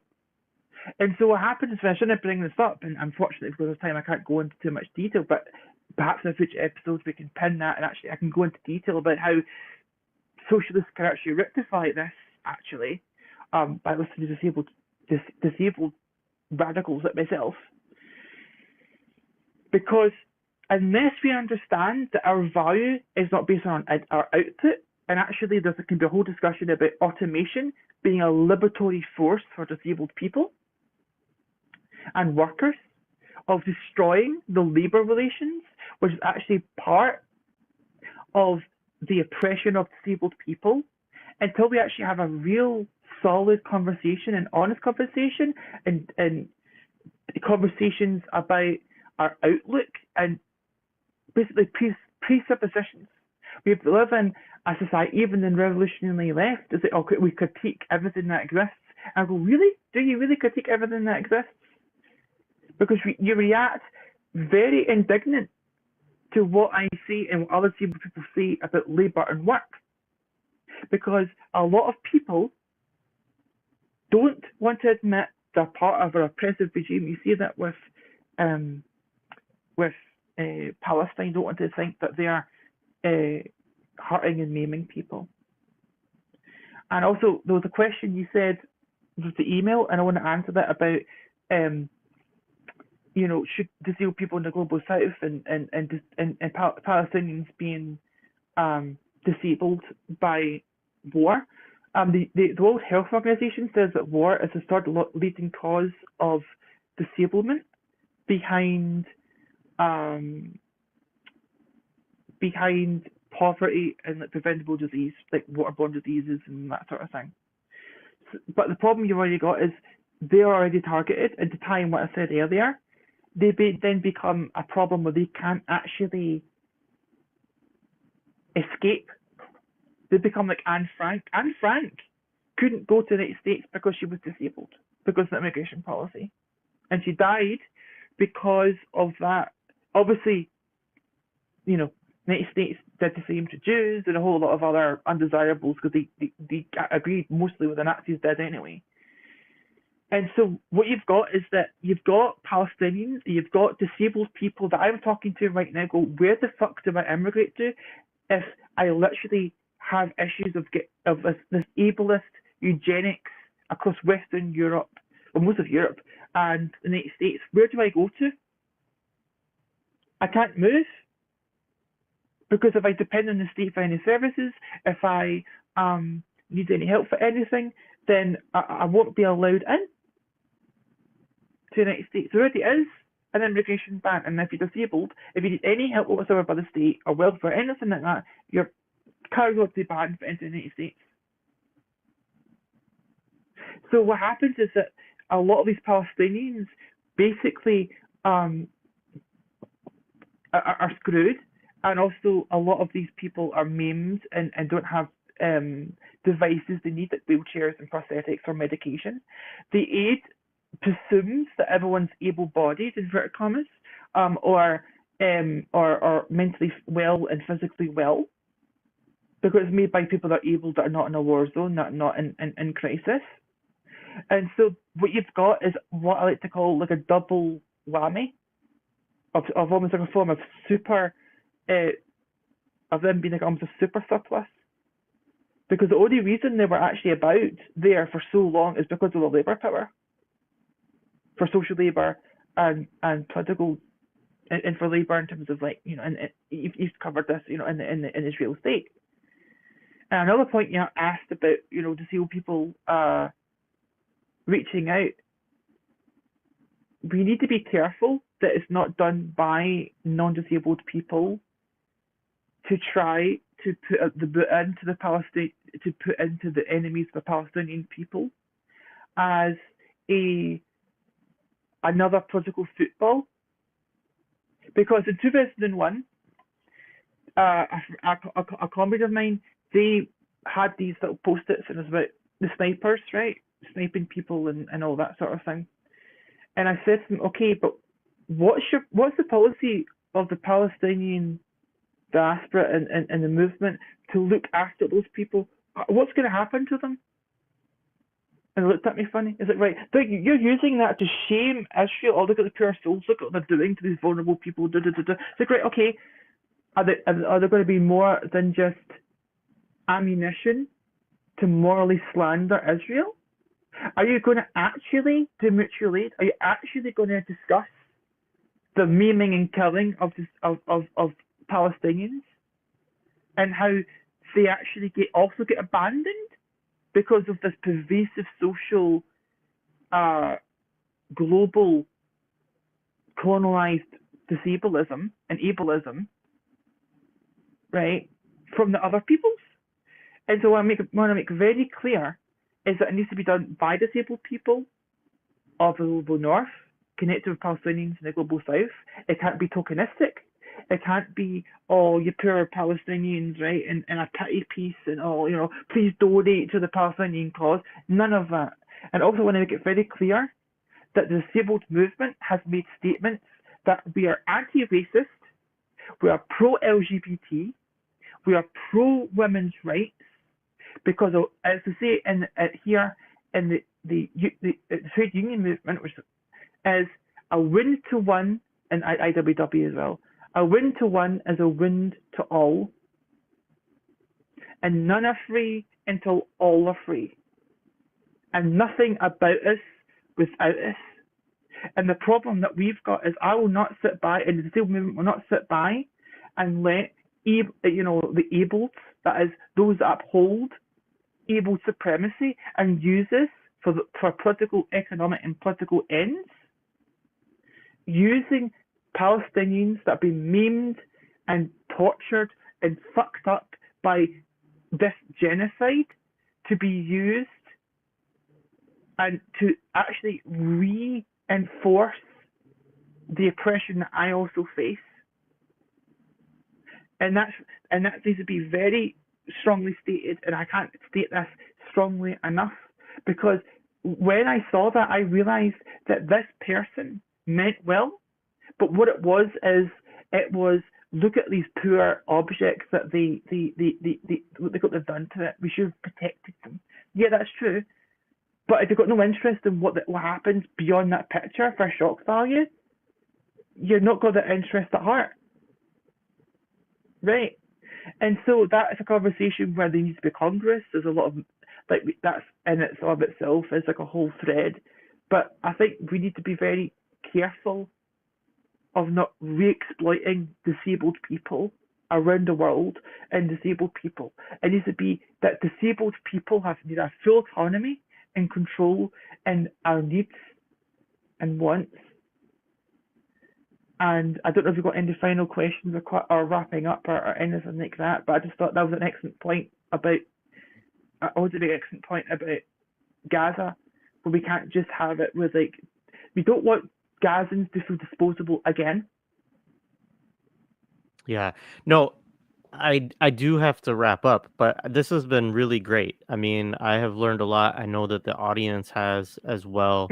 And I know that there are aspects of the conversation that we, had chatted about over email that we weren't able to get to. So Yeah. it would be great to schedule another time to kind of, do a part 2 to this. But I just want to thank you for sharing all Yeah. of this, for talking about your movement, and for also just having this conversation about disability politics, capitalism, imperialism, these various contradictions. And there's more I want to get to. I mean, one of the things I'd also like to talk to you about next time is, so don't feel the need to answer this now, but one of the things I'd like to talk to you is, you talked about mutual aid, and you talked about, pending revolution programs and things like this. And there's also a tension I can feel there of what I've heard when I've also been critiqued by some folks that are, Yes. within disability politics and stuff, of saying, yeah, but the state still has to provide stuff like that. We can't let the state off the hook either. Right. And obviously, when we get to the revolutionary, alternative that we could build, we could figure out what actually is needed.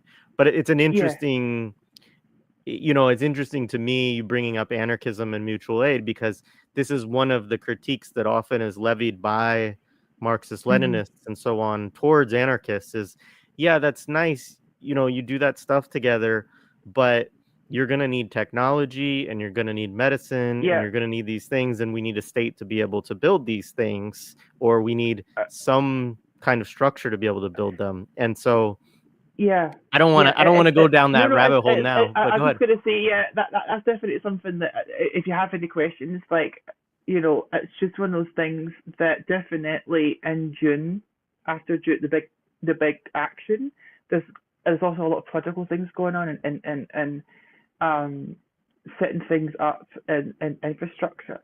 But I definitely think also the problem is, and I think you felt it a wee bit, Jared, and a lot of people in the chat, is that there was a lot of exposition about disability politics, like the very basics, like I said in the beginning, because there's such a poverty, there's such a, a vacuum of nothing. And so, but also, I also want to make this very clear. This is also an opportunity that we actually have, like a clear cutting.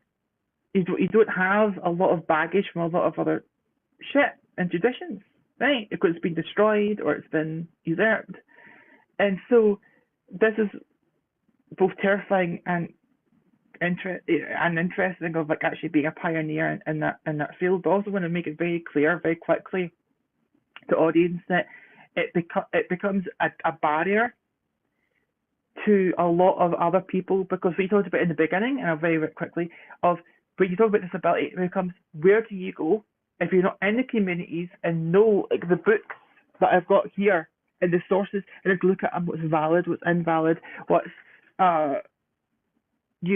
what's good critique, what's not bad, good critique, right? What's good theory, what's not good theory. And so what happens is they go, I'm not going to do it at all, unfortunately. Yeah. And I understand that. And I also want to make it an issue of that there's actually a lot to catch up on for a lot of people. And there's this fervor between, I want to share this in terms of like evangelical or autistically, but also this panic of these people need to understand what's going on, of an actual genocide, of actual targeting, of actually wanting us dead, and saying that very emphatically with the Eugenics bill and all those other things, that we feel this thing of like, we need to get people on side to fight with us because we're on our own. And so there's this panic as well. And I think that's a problem that I had as these episodes as well, where it's like there's so much we want to get into because we're basically dying and scrambling to survive a second genocide, a domestic genocide. And also, very quickly, and I'm going to make this very, very extremely brief before we go, that I wanted to make it clear as well that this is also a problem of the left, of letting it happen, that disabled people have been calling out to get to the point where we've got to do direct actions by any means necessary to protect our people, and no one actually coming really to support us in any meaningful way, or just be parasites on us, our own effort, our own struggle. And so that is something that we need to I want to really hammer home, if it is another episode, of this is a making of people abandoning disabled people and other surplus populations to our fate. We're the scapegoat. We're the bottom of the bottom. We're, if you're not careful, you be like them. You be like a crip. You don't want to be like that. Behave. And so that's something I want to really touch on and go into in sources and everything else, and have a really deep dive and bring people up to like more of a higher level of theory and discussion, and maybe even a panel, and have different disabled people at some point. But that's a lot of work. But I want to make this very clear. And also want to make it very clear that it's not just, there's a difference between being anti-racist and racist. Being non-racist and anti-racist. A non-racist, I'm fine, because a non-racist is does stuff, but with disabled people, it's also very difficult to really rethink how organisation works, and that's also a problem that they don't want to do. And we can go into that, why that doesn't work. But yeah, it's just been very difficult and very emotionally difficult, of screaming and rattling the cage and nobody really coming to help. Yeah, no, I hear you. And I mean, you shared a ton of information and examples and theory, practice, all of it in the last couple of hours. And I definitely would look forward to doing a part 2 and delving into anything that we really didn't get to, but we did get to a lot. And I'm grateful for you taking the time. And I just should say too, in the show description, there's ways to follow Crips Against Cuts and see the work that you all are doing there. Hmm. And yeah, anything else that you want to say, and then we'll go ahead and wrap up. Yes. Um, uh, there's a couple of groups that are supporting groups, or groups that are older. Like DPAC is a lot of it is like an older sister organization that supports whenever we do protest. Either they instigate it or we co-create it with Disabled People Against the Cuts, because I've experienced disabled people with protesting and organising and mobilising. Um, so you've got Disabled People Against Cuts. We're currently making a website for Crips Against Cuts. We didn't expect it to blow up per Mac and the rest of us that as facilitators and everything. It's been absolute chaos for the past like month and a bit. Um, but I want to make it clear that we're in the kind of orientating and getting people in and outreach kind of stage, and also building up structures. So as things progress, there will be more developments um, moving forward.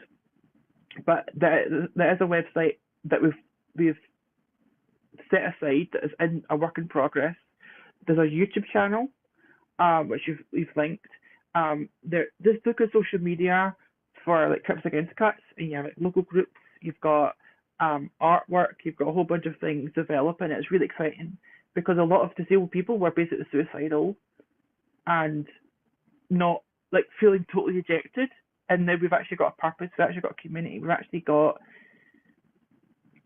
a small chasm of a world where we're actually fully accepted in who and what we are, and that's something that is very precious, and hopefully it will grow and develop. But at the moment, there's very few social medias, and there's very few things to get in contact. And you want to keep following what's happening in the UK around disability. There's 3 websites at the moment that do continuous coverage, not when there's like a protest and then there's nothing, which is the Disability News Service, run by John, the one that wrote the book, The Department. And even just scrolling through it, you just see how much on every level we're under attack just by the headline, just scrolling through. The other one is The Canary, which is a co-op of the journalists also own that actual media outlet, and they've been very good allies of advertising and spreading the word, and even spearheading some actions in some ways as well, in terms of targets and like information and really good journalism, what's going on, used in a lot of our campaigns. And the third one is The Big Issue, and that's a kind of complicated thing where it's a charity, but it's this kind of weird position. This NGO is a wee bit weird in the UK, but it's basically a magazine that's also helps homeless people and have incomes, and as a whole scheme of getting people, they have a business of selling it on and the paper, and doing a lot of other work and skill building and a lot of other aid work.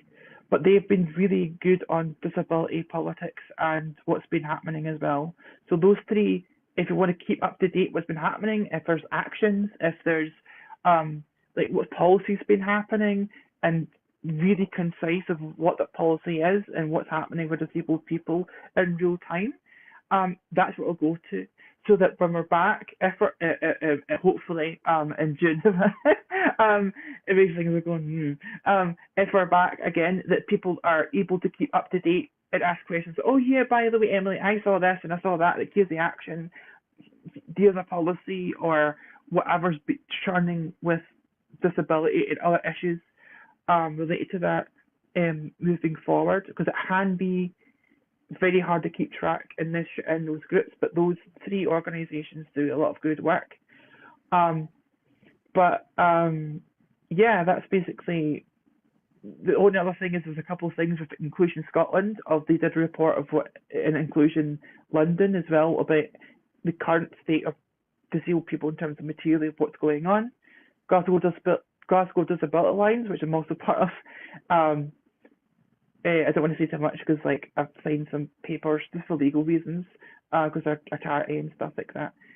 But they did an excellent report about how bad Scottish disabled people are in the Scottish government, and I think that might be a good time to talk about the devolved governments and differences and debates there, and also regional, and also the issues of poverty, and actually that we've got the information of how bad it is and what's happening, and why why disabled people are targeting certain institutions or they're targeting certain politicians.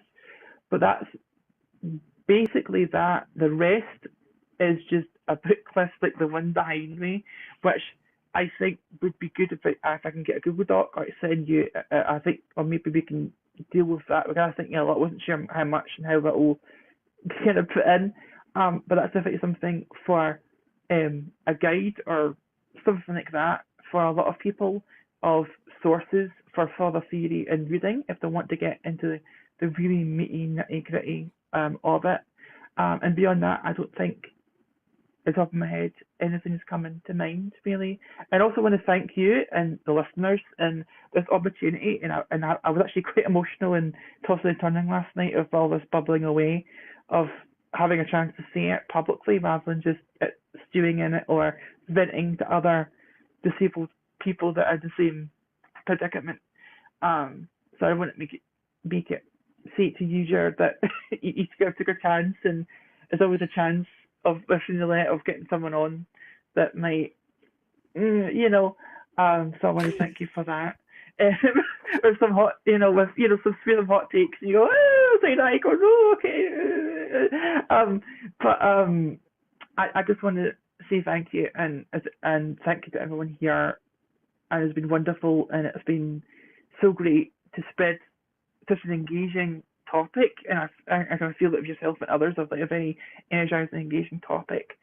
And yeah. Absolutely.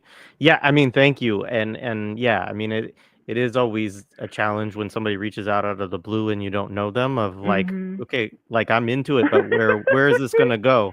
But no, this was wonderful. I really appreciate it genuinely. And I do have to run, but what I would say is for those some people have asked for me to put the publications and stuff like that you mentioned in the show description. So if you could just email me just anything. Well, I would just say let's just do the publications. I agree with you on the reading list because you sent me a bunch of stuff, and maybe we can do that for the next time and create a Google Doc for that. But if you could send me those 3 outlets that you said people can kind of follow what's going on with Crips Against Cuts, I'll add that to the show description in a few minutes, and then people can access that there. But other than that, thank you very much. This has been great. Really appreciate your time and your thoughts and your criticisms and all of it. It was great. Yeah, thank you. And I also hope that other guests and other people will also find this enriching and people, because it's a very influential podcast. And I hope that there's seeds sown in places that I don't maybe know about, and pleasant surprises of the work that we're doing here. Especially for my political work, trying to get some writing and putting what I'm saying here, developing it as a political force with other Crips as well, which is going to be next exciting of you. Actually, you've been called dibs on that first. It's like no one else is taking the bait. It's like I'm going to get emails going, oh, I saw you in on that podcast, and I was like, well, I emailed you like how many years ago, and you didn't respond when I was a nobody. So these are the conditions of getting in contact with me or whatever. But definitely, and I'll email them.